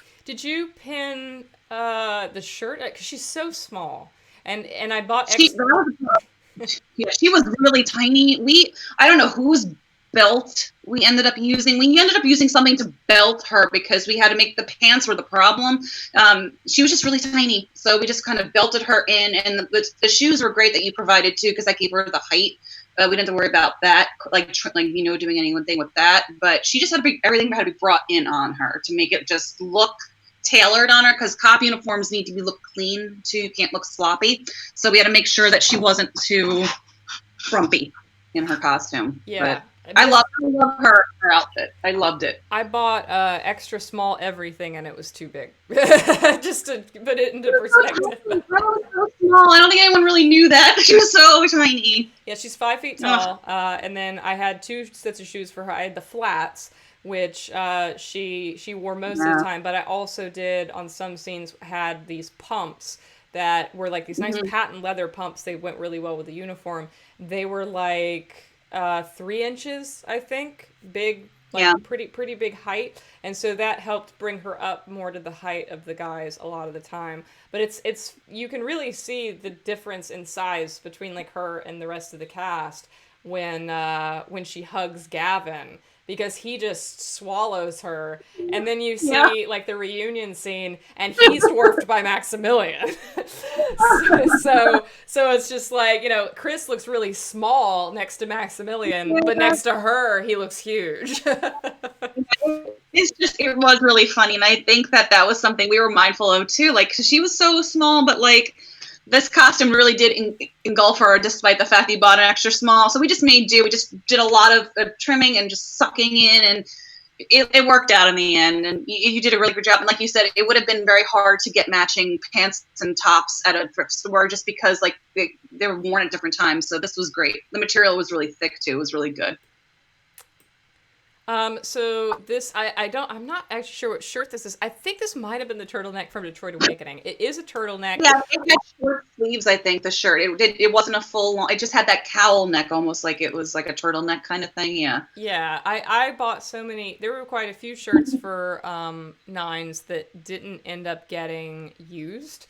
I just like kind of had them around, and I was like, let's try this, because the boys, the night before we shot, I had them in my house, and I had them going through things. I was just like, try this on, try this on, try this on, like, let's pair up this jacket with this jacket with this shirt. Like, we tried all the different options to try to figure out, like, okay, this looks good, oh god, this looks trash, this shirt only works if there's no jacket with it, this shirt only works if it's the long jacket. So we would do that, and what was funny about that was with Maximilien, we really had to, like, for whatever reason, there was just some shirts that even just mild differences just didn't sit right on him or just didn't work. Chris could put on any fucking item of clothing, and it was just like, you're good. Everything was perfect. Like, it was just like he was like, oh, we want him to model this thing. Oh, it's good. I'm like, yes, you look perfect. Thank you. It was like, come on. It was so effortless between the two of them, and we figured it out why it was. It was because of Chris's shoulders. He can fill out anything with his shoulders. And with Maximilien's height and stuff, it was just harder for him to have things sit right, because he's very tall and he's very slender. So and also, like, I was just very much guessing a lot of their sizes, and for I guess that with his height and everything, Chris just has more like traditional, like, small medium or something like that, whereas Maximilien was like, well, some things and some brands are extra small on me, and then some brands are like medium, and it just depends on like what the cut of the jacket, the cut of the shirt is and stuff. So it was a lot more experimental with him, but we nailed it. We were able to find a good combination of things, and some shirts got left on the table, but yeah. I missed Joe. Joe was here for just a second, but now Joe's gone. Hi, Joe. Bye, Joe. Let's see. And then I have, okay, so this is lots of, what? Who am I going through yet? Lotso next? Lotso next. So this entire outfit, aside from the boa and the glasses, is JJ. So if you want to know more about the specificities of this, go visit JJ, talk to him about it, because I know that he's talked about doing a Lotso like tutorial. He's actually kind of rocking a similar jacket and shirt combination as Seth in Seven Deadly Sins. Now that I think about it, he's kind of got the same. And also some people have pointed out he kept his bracelet on, which is really cool. So I've had people ask if Lotso is diabetic, and I'm like, well, I guess, you know, because that was something that just became part of his character. Although I haven't actually seen anybody. I got asked about it at the very, very, very beginning, back when pictures of Lotso first came out. But I haven't really seen a lot of people like talk about it or do anything with it, and like fanfics or anything. But yeah, that is technically part of this costume, which is a subtle detail. These two pieces were provided because I wanted Lotso, yeah, as we said, like, to be very cyberpunk looking. He was one of the few characters that we had a chance to have an original costume with, where we weren't basing anything off canon. We weren't trying to evoke a character who already existed. Right. We could do whatever we wanted with him. And we wanted him to, you know, be an opportunity to show this world as more futuristic and more cyberpunk. And same with Ada. Like I said, her design is very futuristic. So whenever we had the chance to dress a character from scratch, we leaned into it. It's 2038, it's cyberpunk, etc. So he looks very much like he came from a rave, which is a lot of fun. Nice cyberpunk rave. Yeah. And I also, you know, people like, well, why would he do crime in a giant flaming boa? And it's like, because that's the character. Yeah. Because the character doesn't care. No. But yeah. And so, and right now the boa is only $17 on Amazon, which is really cheap. I paid like $40 for it back in August. So it's very affordable right now, and then the glasses are $12, so you can make your own Lotso costume for less than $30, which is really cool. Everyone do it. Amazing. And I've seen some really good Lotso cosplay as well so far. People jumping on that. So okay, circling back around to the idea of that jacket being the definitive part of Gavin's character. This Stakeout Gavin is the one time we used this jacket. We used like a little gray V-neck, which worked really well as well. I've seen Gavin in this sort of stuff in fan art before. I've seen him in hoodless jackets, like denim jackets and stuff.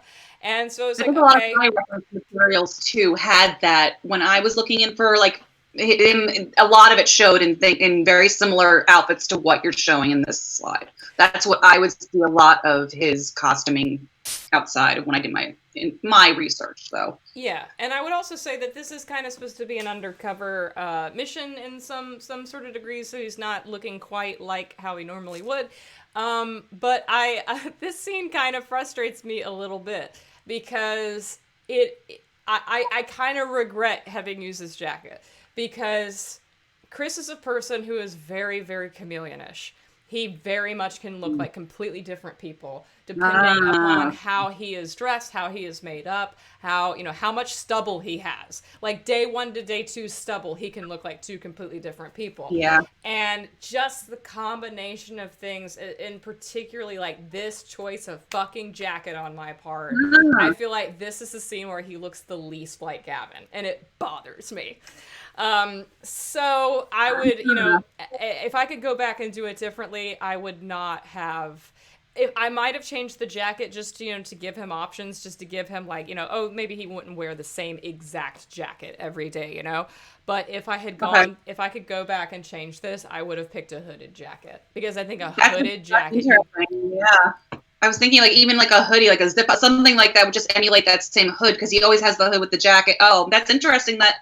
And I that's not something I would have put together, but now that you're saying it, I get what you're saying now too. Like having worked with these characters so intimately, and now just seeing these little interesting, Michelle. Interesting. Yeah, I remember being in the footage and being like, God, he doesn't look enough like Gavin. This is gonna, this bothers me. Like, is that something you didn't pick up on or notice really yourself until you were editing, or is it just wasn't something that you really like? It was a cue for you, or as you were working editing, you noticed it more? It's mostly in editing, for sure. I think the that lighting also. He's a person who looks like a different person in different lighting conditions. Okay, so that's the other thing, is that this was so dark, this was so shadowed, and especially in the actual car, everything was so harsh shadows that it just emphasized different features and stuff. So the whole combination between the lighting and just everything, like, I feel like if I had just been able to have that hood on the jacket, I would have been able to anchor it a little bit more to the game of it. But but live and learn, you know? And now it's like, if I ever revisited that character again, he will only wear hoods. Only wear hoods. So yeah, yeah, capital R regret. I mean, yeah, like, and this is not something anybody has complained about. I mean, this is just me. Like, this is just a me problem. You're being nitpicky and noticing these things, these little subtleties. It's your baby, it's your film, so I get it. I totally get it. But it's not something I even noticed until you brought it up now. I'm like, oh, but that I can see that now, and I'm like, oh, okay. Yeah. Always has to wear a hood. But you look at that jacket just as it is here, and it's like, oh no, Gavin would totally wear that. Right. Like, it fits the character. Like, he would absolutely wear that. But visually, when you're trying to evoke like that recognition, it's just not as profound, you know? Absolutely. Yeah. So that's a tough challenge, because when in costuming, you, especially for a fan film where you're working with recognizable characters, it's like you can make a whole mood board of like their aesthetic, right?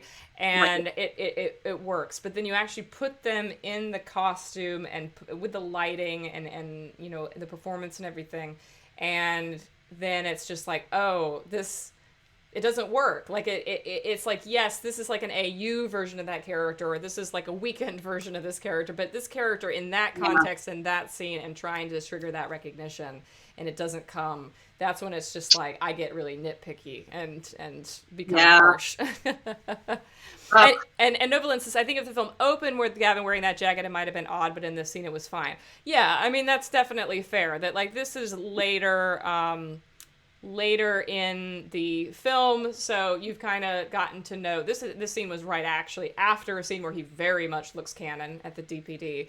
So yeah, I mean, I think by that point you've kind of like bought into this is Gavin, so it's not terrible or anything. I again am being very, very nitpicky. I still do love this scene and love how it came out. So this is, I'm happy with this choice. Come on, Zoom, stop lagging. So I'm very happy with this. This is one of my favorite costume pieces in the entire film. And this is because it is a hooded tank top. Again. Yes, everything needs to be hooded. Everything. He's gotta hide. So this is one of the costume pieces that Chris actually took home. He took this. Oh, did he? Yep. I do not have it anymore. I think this might be the only piece that he took, because I still have the other jacket and everything else, but he definitely took this. And I don't know if it was because this was the last costume that he wore and he just went home in it and it ended up in his suitcase.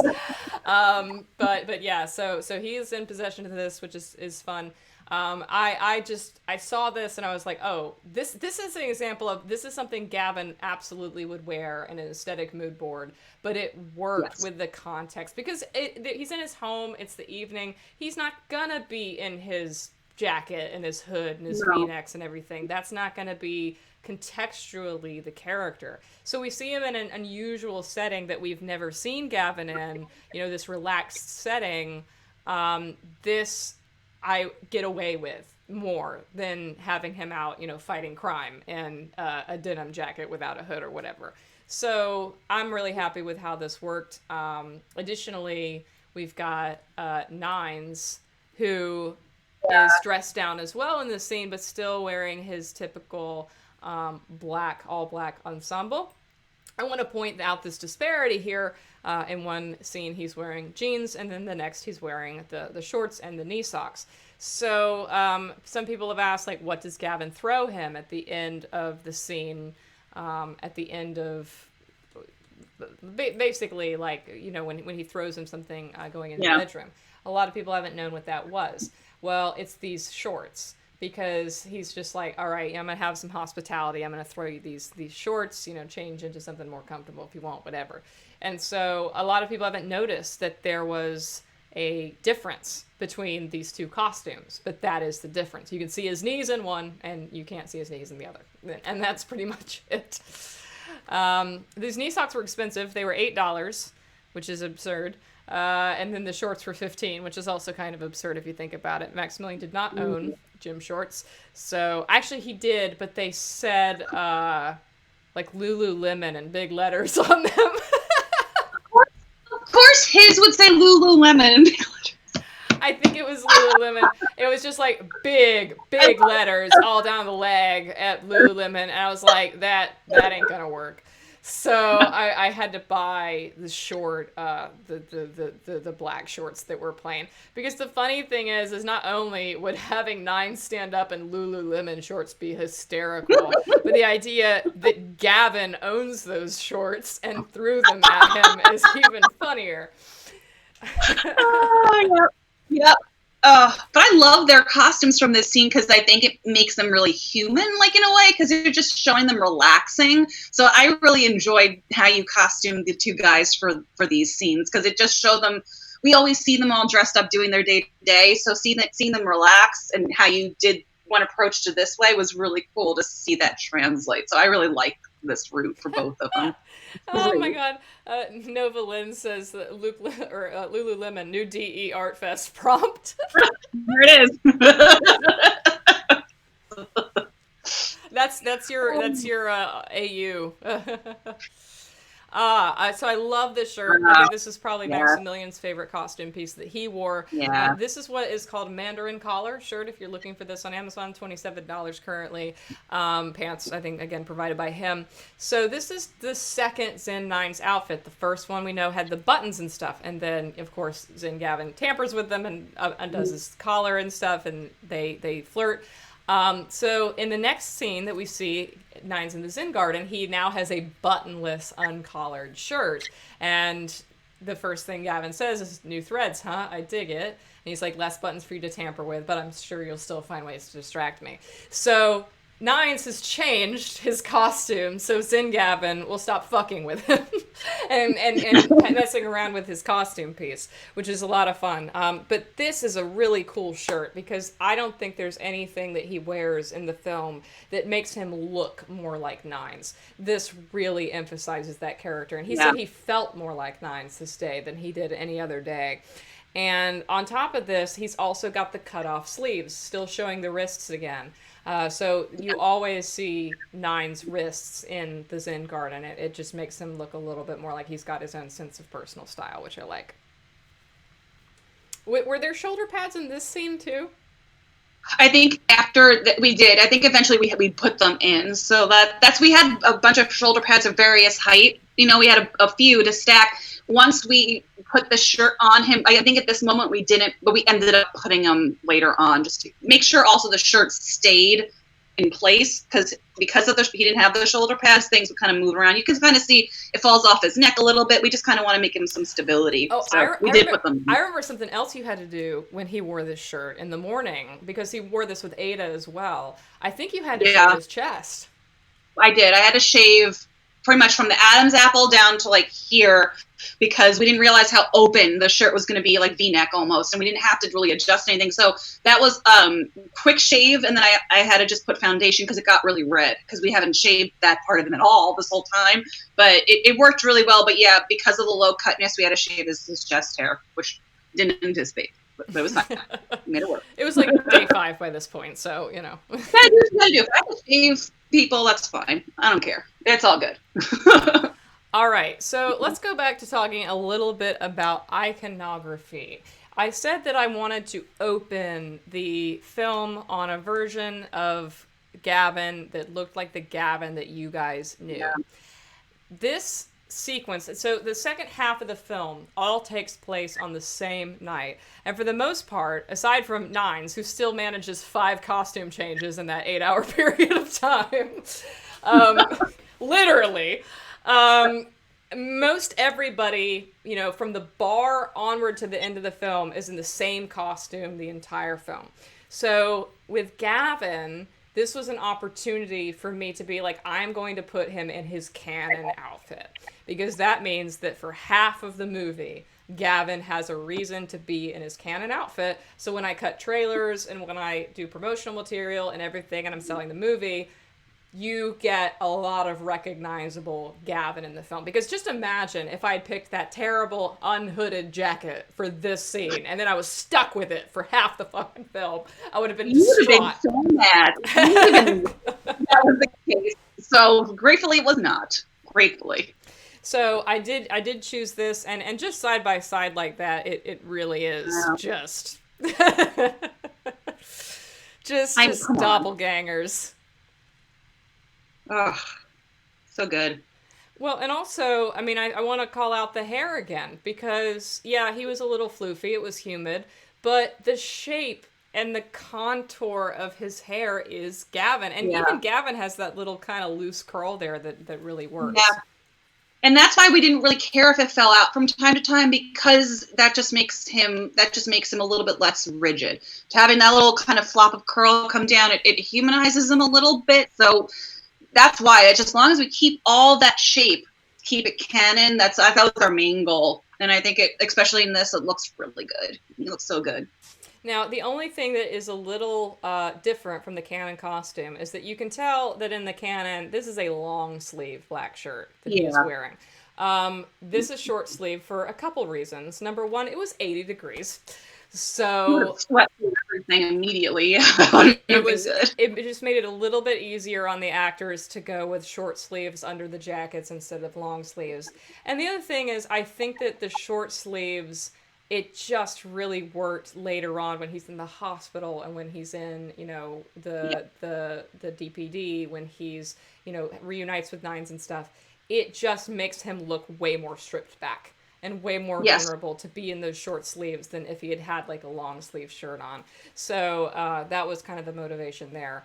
The jacket and the pants were provided by Chris. As you guys know, the shirt was like a $16 shirt off Amazon. I also had a couple different versions of this. Like I had this, but I also had like a packet of just like 3 or 4 like black Hanes V-necks that came in the same pack as the gray ones from the Stakeout. And I think it was like $16 for like 6 shirts. And that was really convenient because of the laundry aspect of this. Because like I said, half of the movie is this costume.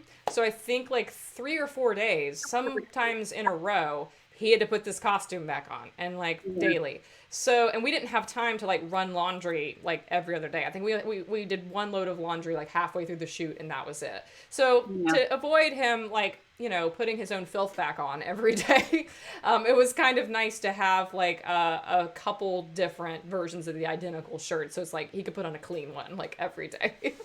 For sure. Yeah. Oh, that does remind me though of the main thing that you did with costumes was the ironing.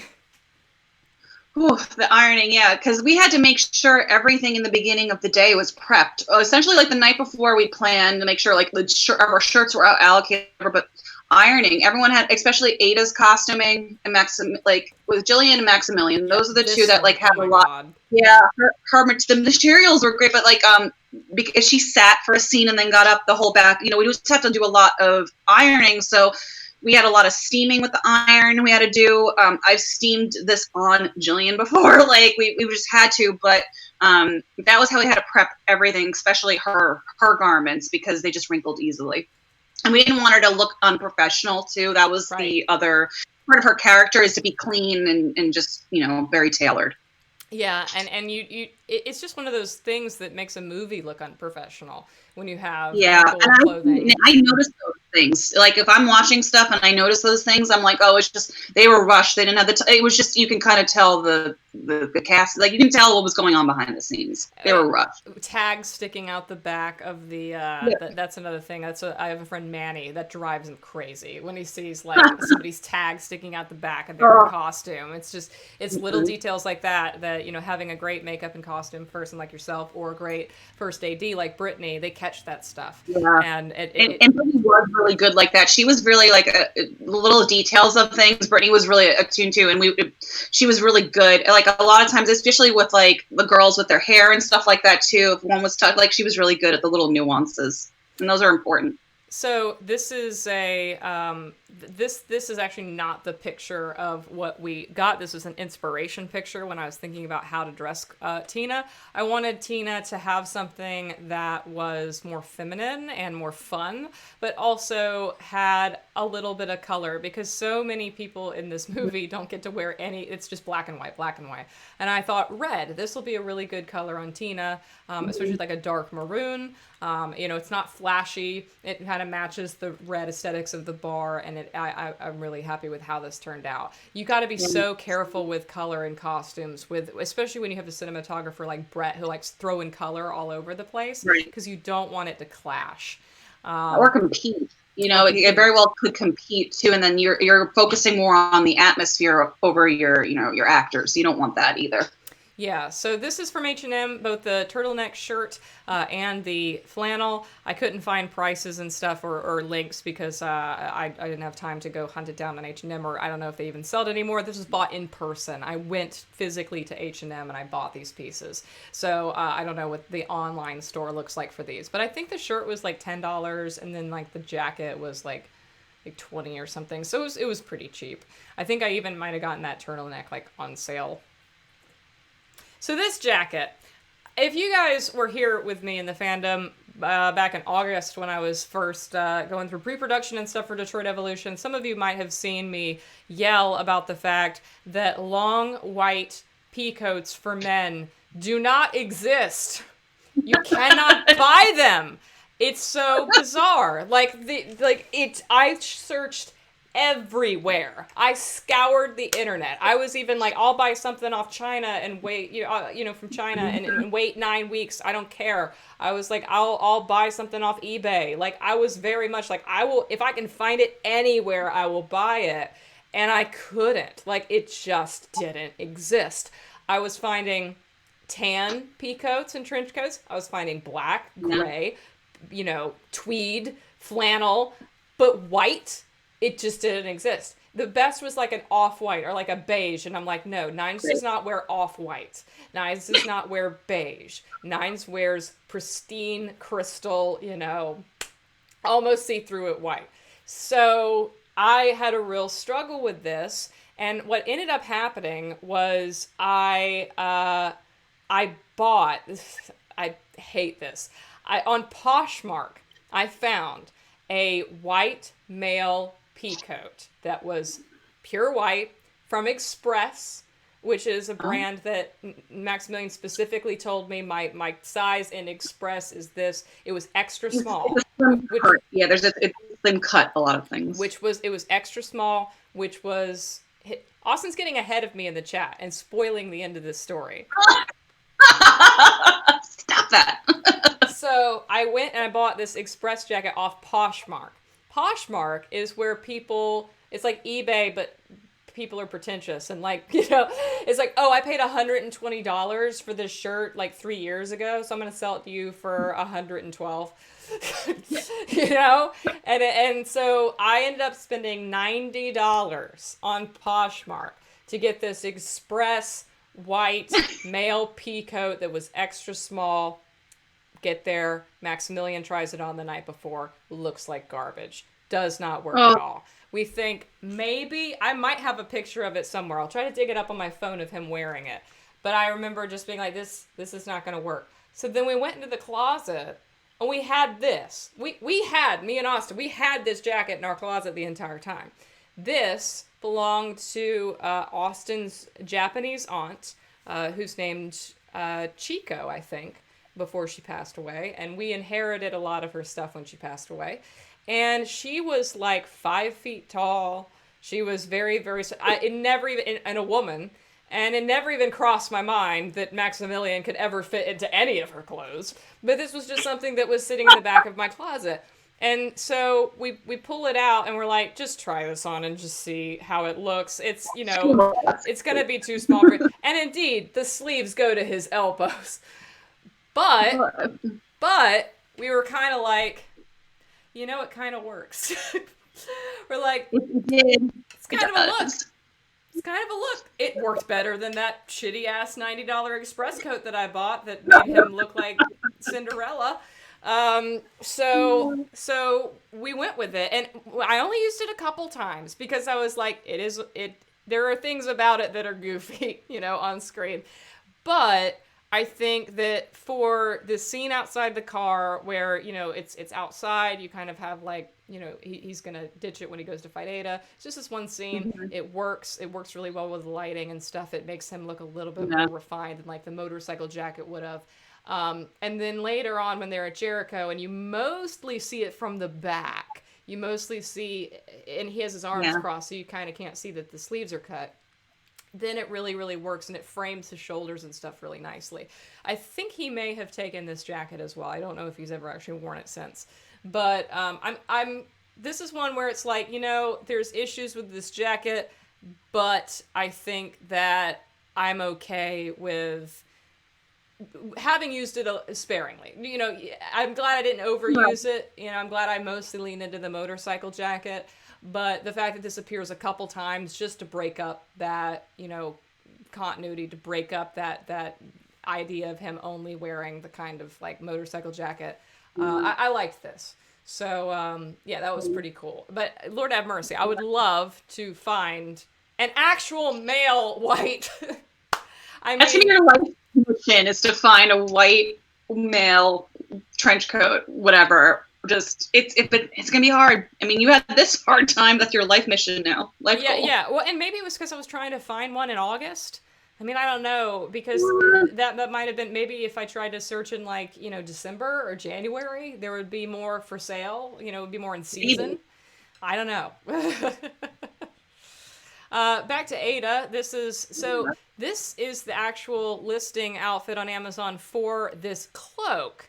And I loved this entire getup that this model was wearing, with the high-waisted leather leggings and then the white shirt. So that's just what I went with. I based her entire costume, put together her entire costume based on the model picture from this cloak. Because I was like, this is a great way to use this. So these leather leggings came from H&M. I went and bought them personally, I think. And then the white shirt also came from H&M. I bought two versions of it, one for the bullet hole and then one for that didn't get messed up. Mm-hmm.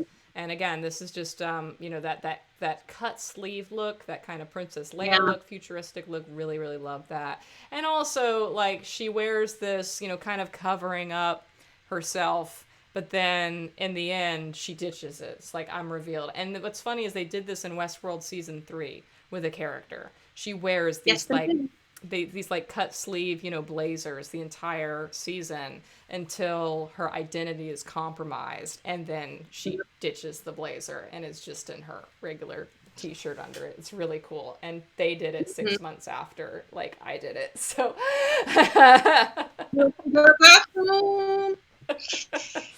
But I still did it first, damn it.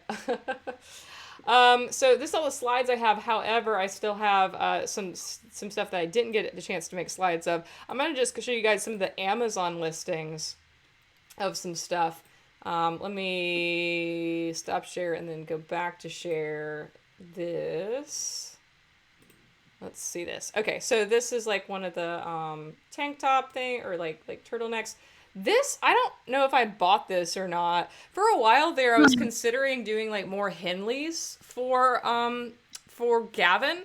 Like, Henleys were like an alternative look for him.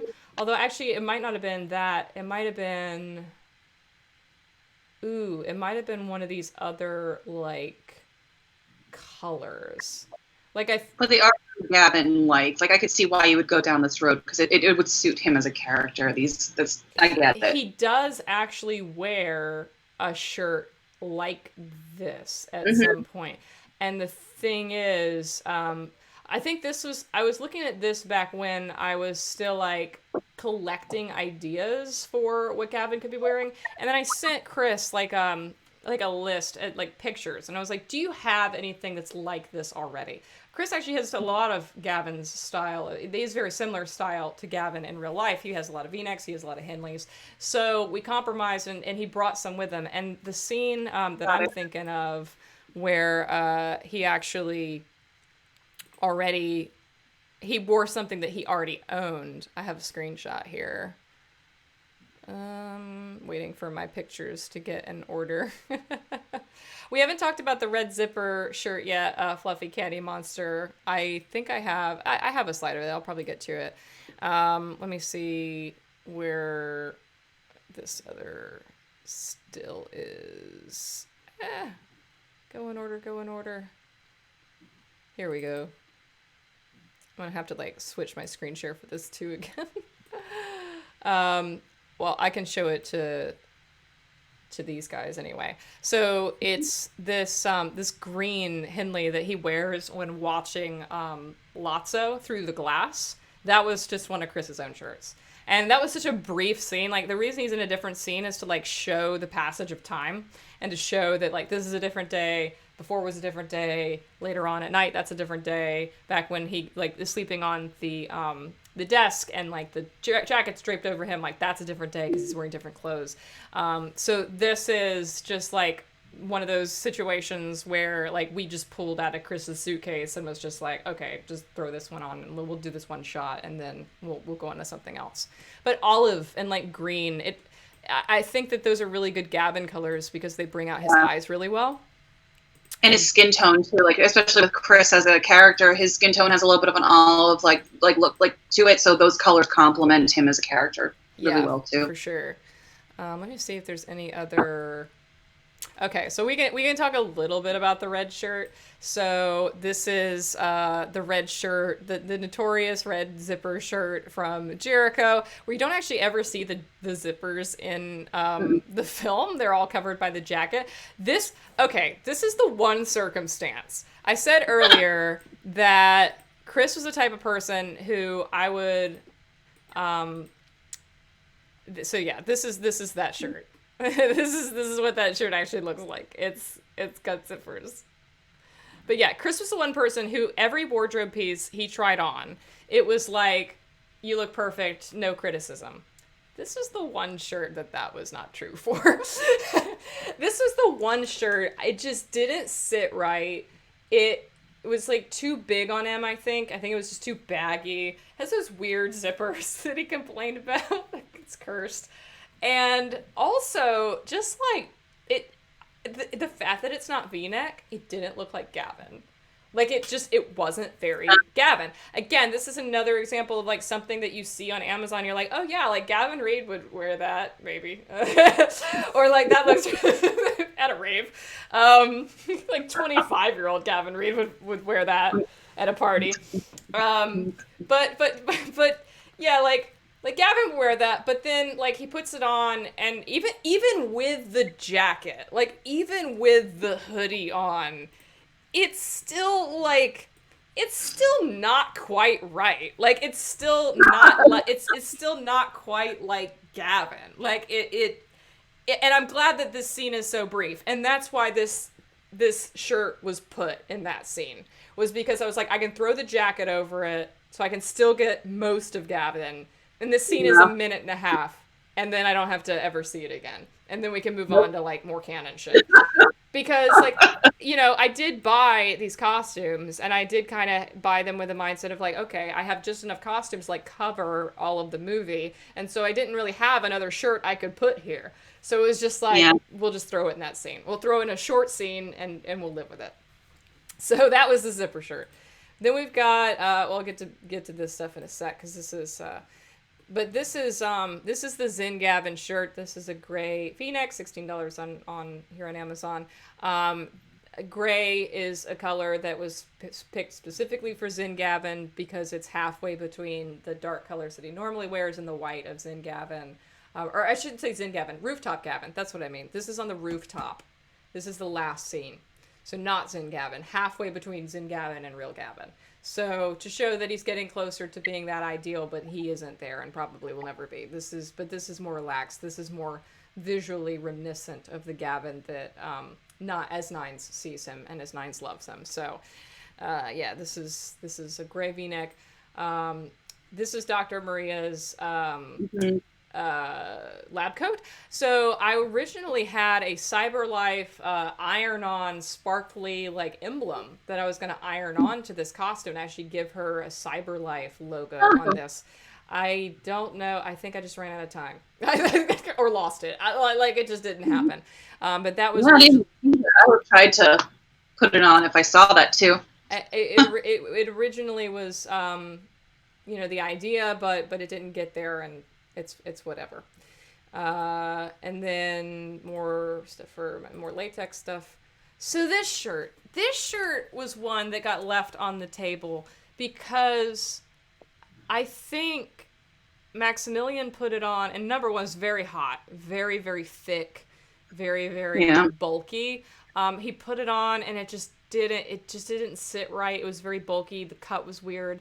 It looks so good in this picture, so nines, but then it just didn't work. And I think we tried to put it we put him in the motorcycle jacket with this, and it looked really good. And this was going to be his stakeout outfit, but it was too hot. So we ended up just going with another normal, thinner turtleneck for the stakeout so that he wouldn't be so warm.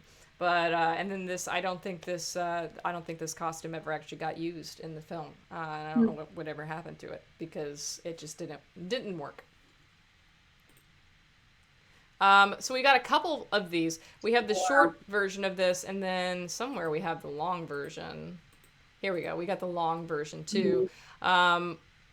This is used in the morning after scene. When he goes to give Gavin breakfast and gets yelled out. He has a long sleeve version of this. And then later on at the bar, I believe this is what he wears. I think. Let me find it. And so I think all of the bar sequence stuff is with this this white kind of collared. Oh, maybe no, it's not actually. Hard to say. Oh no, I think he didn't have the white piping shirt. He had another black shirt. I'm just not sure which one. I'm not sure if it's almost like a Henley. It's got half buttons. Yeah, it was the Henley. Yeah. So I think this might have been another one that got left on the table that didn't get used more than once, because I think we just used the long sleeve version of it. Yeah, we did. And then this shirt, I ordered it and it was too small, so that actually didn't end up getting used. This is Ada's poncho. This is currently unavailable, unfortunately, in small anyway. It might be available in different sizes. $20 if you're extra small. Well, for what it's worth. But I went through a couple of these different poncho designs. I went through a couple of them. I was like, some of these are really pretty. I almost went with this gray one. I was so close to getting this gray one. And some of these are really pretty, like the black one, the blue one. Then this one kind of has the single button. It's kind of cool. So I had a lot of options here. But then this one, I was like, the reason I chose it for the Zen Garden is because it's got that grid. It's very digital. Yeah.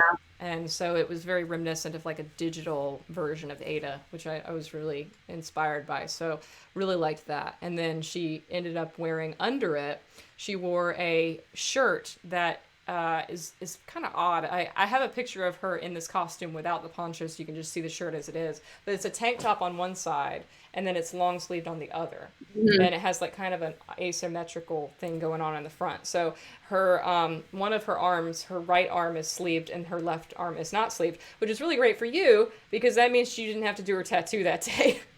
It was the covered arm. the sleeved arm was the arm that she had the tattoo on, so that was good. This is more this. This is Henley's. So all this stuff is the Nines latex nightmare. So these were I bought gloves. Bought gloves for just the arm effects.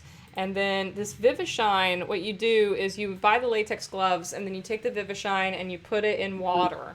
And then you soak the glove in the Vivishine and you rub it in. And then you dry it. And then it comes out shinier. Because latex, when you buy it, is not shiny. It's kind of matte. So this is a treatment that you have to put it through in order to get it to have that nice shine.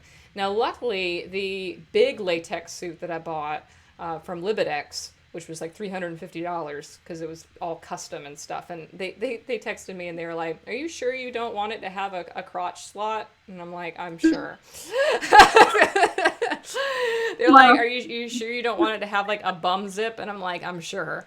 And they're like, but your actor, like your guy, he's gonna have to like go all the way, completely drop trowel if he wants to get out of it. And I was like, he's gonna have to do that. Yep. I was like, I cannot have this big crotch zipper on Nine's skin. I need it to be full bodied. It needs to look like his skin. So and they kind of gave me bad advice because Maximilien's 6 feet tall, which is right at the cutoff between a tall latex suit and a normal. And I gave them their measurements, and I was like, okay, this is what his measurements are. He's 6 feet tall and stuff. And I was gonna get a small regular suit. And they were like, I think with his measurements, you should go for tall because he's 6 feet, and you should go with extra small because he's skinny. And I probably should have not gotten the tall because there was so much extra fabric at his feet. And I think that it would have been better off if I had just gone with the regular, because I think that him being on that borderline like that, and that latex suit really, really, really needed to be wrinkle free for it to mimic his skin. I wish that I had gone with the regular. Maybe still would have gone with the extra small because I think from a size standpoint it worked for him. But yeah, so live and learn, and you just don't know until you get it there. And with something like that, it's non-returnable because it was a custom design. I wasn't buying off rack. I had custom things I wanted to make with it. I even think the white, finding white latex very, very hard as well. Black latex suits, gimp suits, you can find all day long. Like, just go to any fetish shop, you can buy a black gimp suit. But white, nobody makes those. This was a very specific, it had to be ordered from overseas. It's a UK company. And they do it in like any color latex you want. But again, it was like $350 because it was so specifically designed and tailored. So, and yeah, they were like, so we're going to give this to you and it's no refunds, no returns, because like we can't resell this because it's custom. So yeah, it was very risky. I was very nervous about that, especially because when it first came in and I took it out of the box, it's very like yellow. And I was like, this is the wrong color. Like we can't deal with this. Like, again, Nines doesn't wear off-white. Nines is like, you know, pure paper white. And then Austin tried on the costume, and when it was on and stretched out and on top of skin, it looked perfect. It had the perfect shade. And I was like, even if it's not perfect in the lighting conditions and stuff, I can white balance it in post and make it look brighter and less saturated than it is. So that ended up working. But I was very nervous when I took it out of the box initially. I was like, this is the wrong color. And so also there's this stuff called Pure Cult, called Dressing Aid. This is lube. Let's not show that picture. So this is $26 fucking for a bottle this big. Now, did you put this on his skin, or okay? Because you were the one who helped him into this costume. So how did this work? Me and Austin got very, very intimate with Maximilien when we put this on, and the struggle was, you kind of mentioned it before, getting things not wrinkly. That was the one thing against his skin. So yeah, we would put this on him directly, and then I remember putting it some on my hand in certain spots for smoothing when we had to like stretch. It was a lot of that, but it was very, very slick. It's lubricant. So that was really hard to work with. We had to be very careful not to spill it because we didn't want to slip everywhere, and he's wearing a latex suit. It was a lot to get him not wrinkly. Yeah, I definitely remember there was an element of like, there was lube left on the floor of the school, and there was like puddles of it that we would have to avoid because it was just it was kind of everywhere. I'm trying to find. I'm gonna bring actually up some pictures. These are some of JJ's pictures from set of you working with Maximilien. I can just throw these in the browser here. Let's see. Yeah, it was a challenging thing because also too, we had to make sure he was comfortable. Like we didn't want to pick at his skin or pull it. That was really hard too. Yeah, some of these are actually just pictures of you working on Chris as well, which is course. really cute. Yeah. Yeah, getting his scar down. Oh, these going to take a while. Let's so But yeah, let's yeah, I want to say from his. where on earth? Okay, so yeah, some of these you can kind of just see from afar, but yeah. So and also we had like Maximilien strung up with these LEDs. Come That on. was that team effort between me and Austin. Austin would manage the suit part, like, and I was we were trying to feed this wiring also into him to make it look a certain way too. So it was very much a team effort, but it was a lot. Yeah, it was a lot. It was a lot. I don't remember. Poking and prodding. Well, I felt so bad for Matt. I think he was wearing the gloves. I think this suit came with hands, but the hands were a different color and they looked weird. Yeah. So we cut off the hands of the suit, had him wear his typical white gloves that he wears for the effects in the rest of the movie. And so this is what you're doing here is you're getting the seam of those from underneath to smooth out underneath.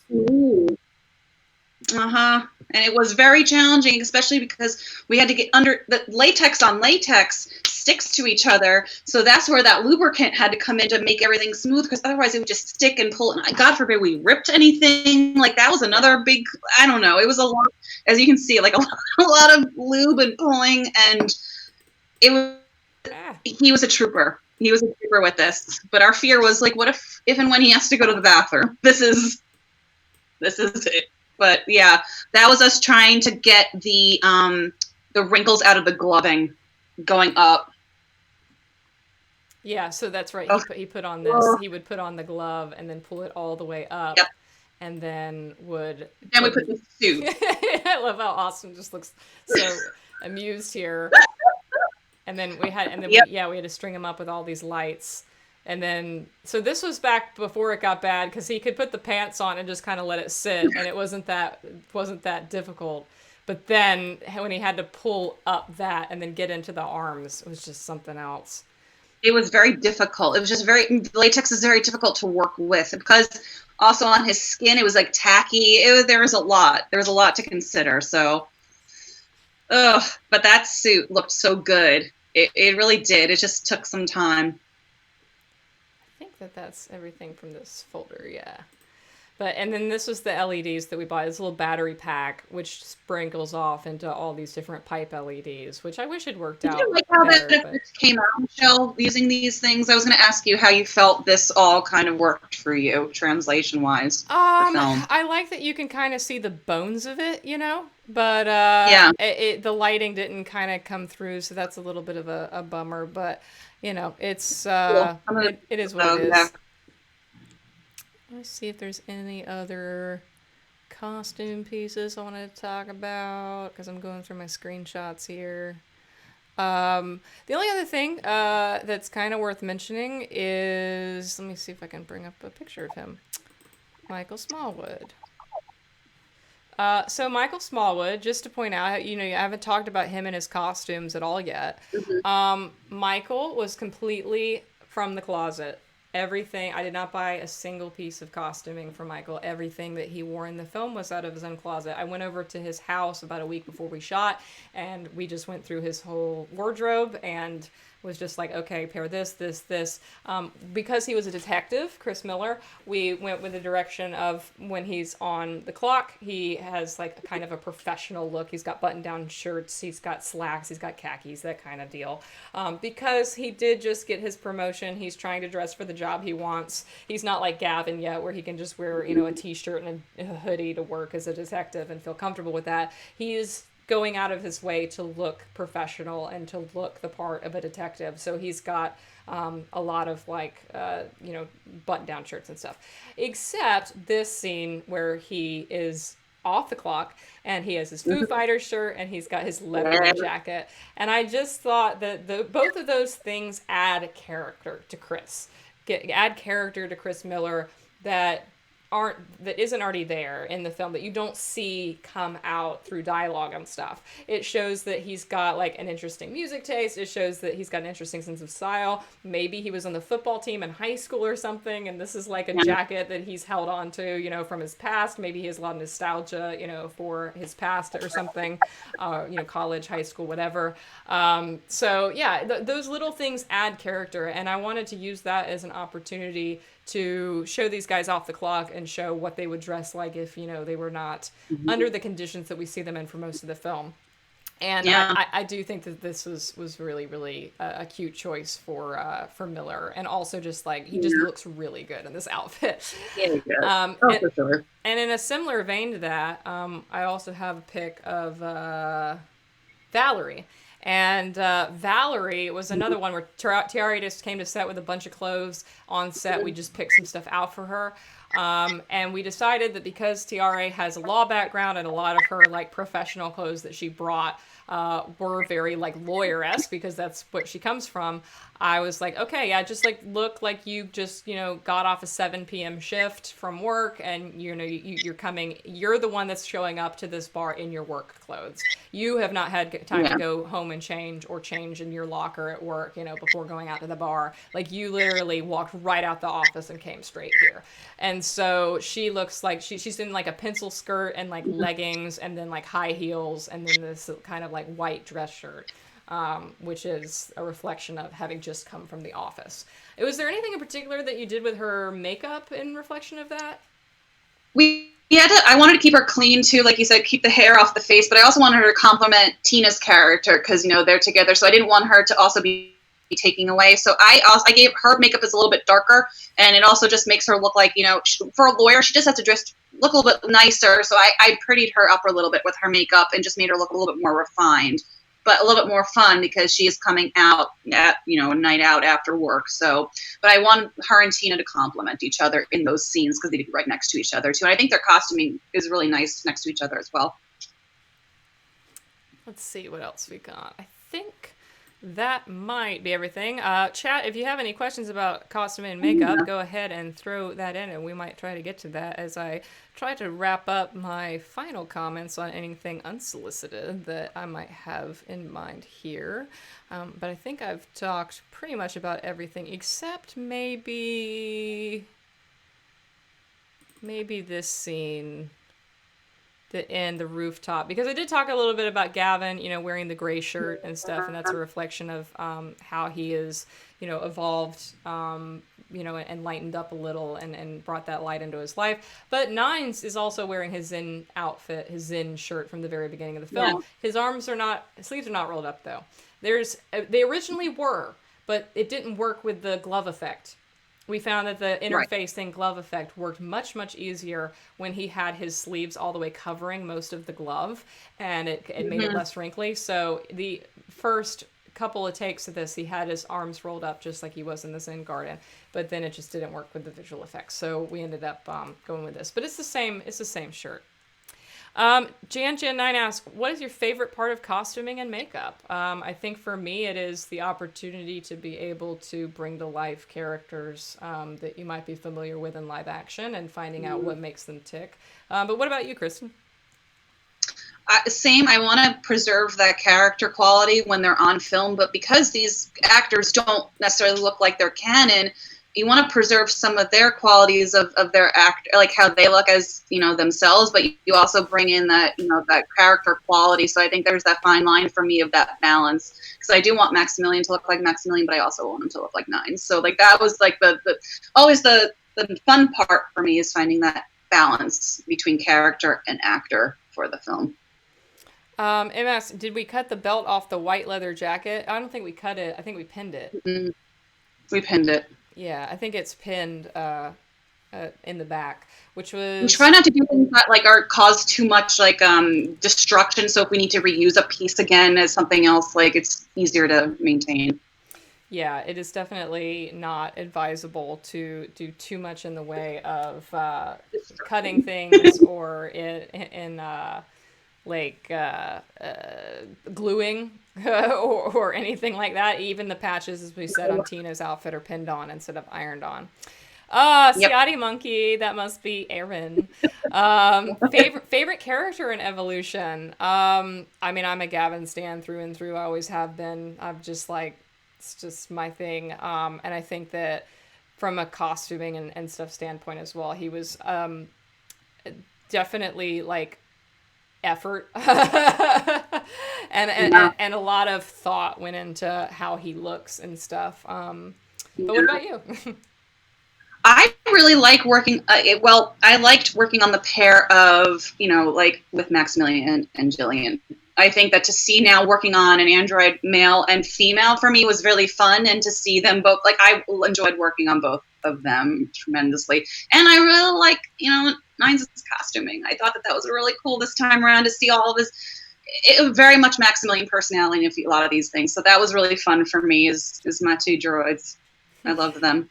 Austin says favorite character Ada. I mean, yes, I definitely think Ada's super cool, and I had a lot of fun working on her look and working on her, especially because I did not know what the actress is going to look like until I cast Jillian, because I left a very open casting call. It was very open to across a 20 or 30 year age range. It was race open, ethnicity open. I left it open to all hairstyles, hair colors, eye colors. I had over 1,000 women apply to be Ada. They could send me headshots.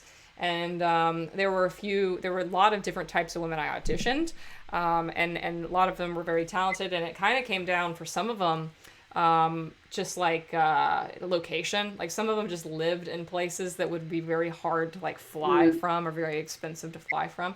And then I saw Jillian, and she just had that, like, she did look so like sibling-ish to Maximilien, which was really cool and kind of the dynamic we wanted to go for. She, being Australian and putting on an English accent or American accent, had an interesting way of speaking that was not quite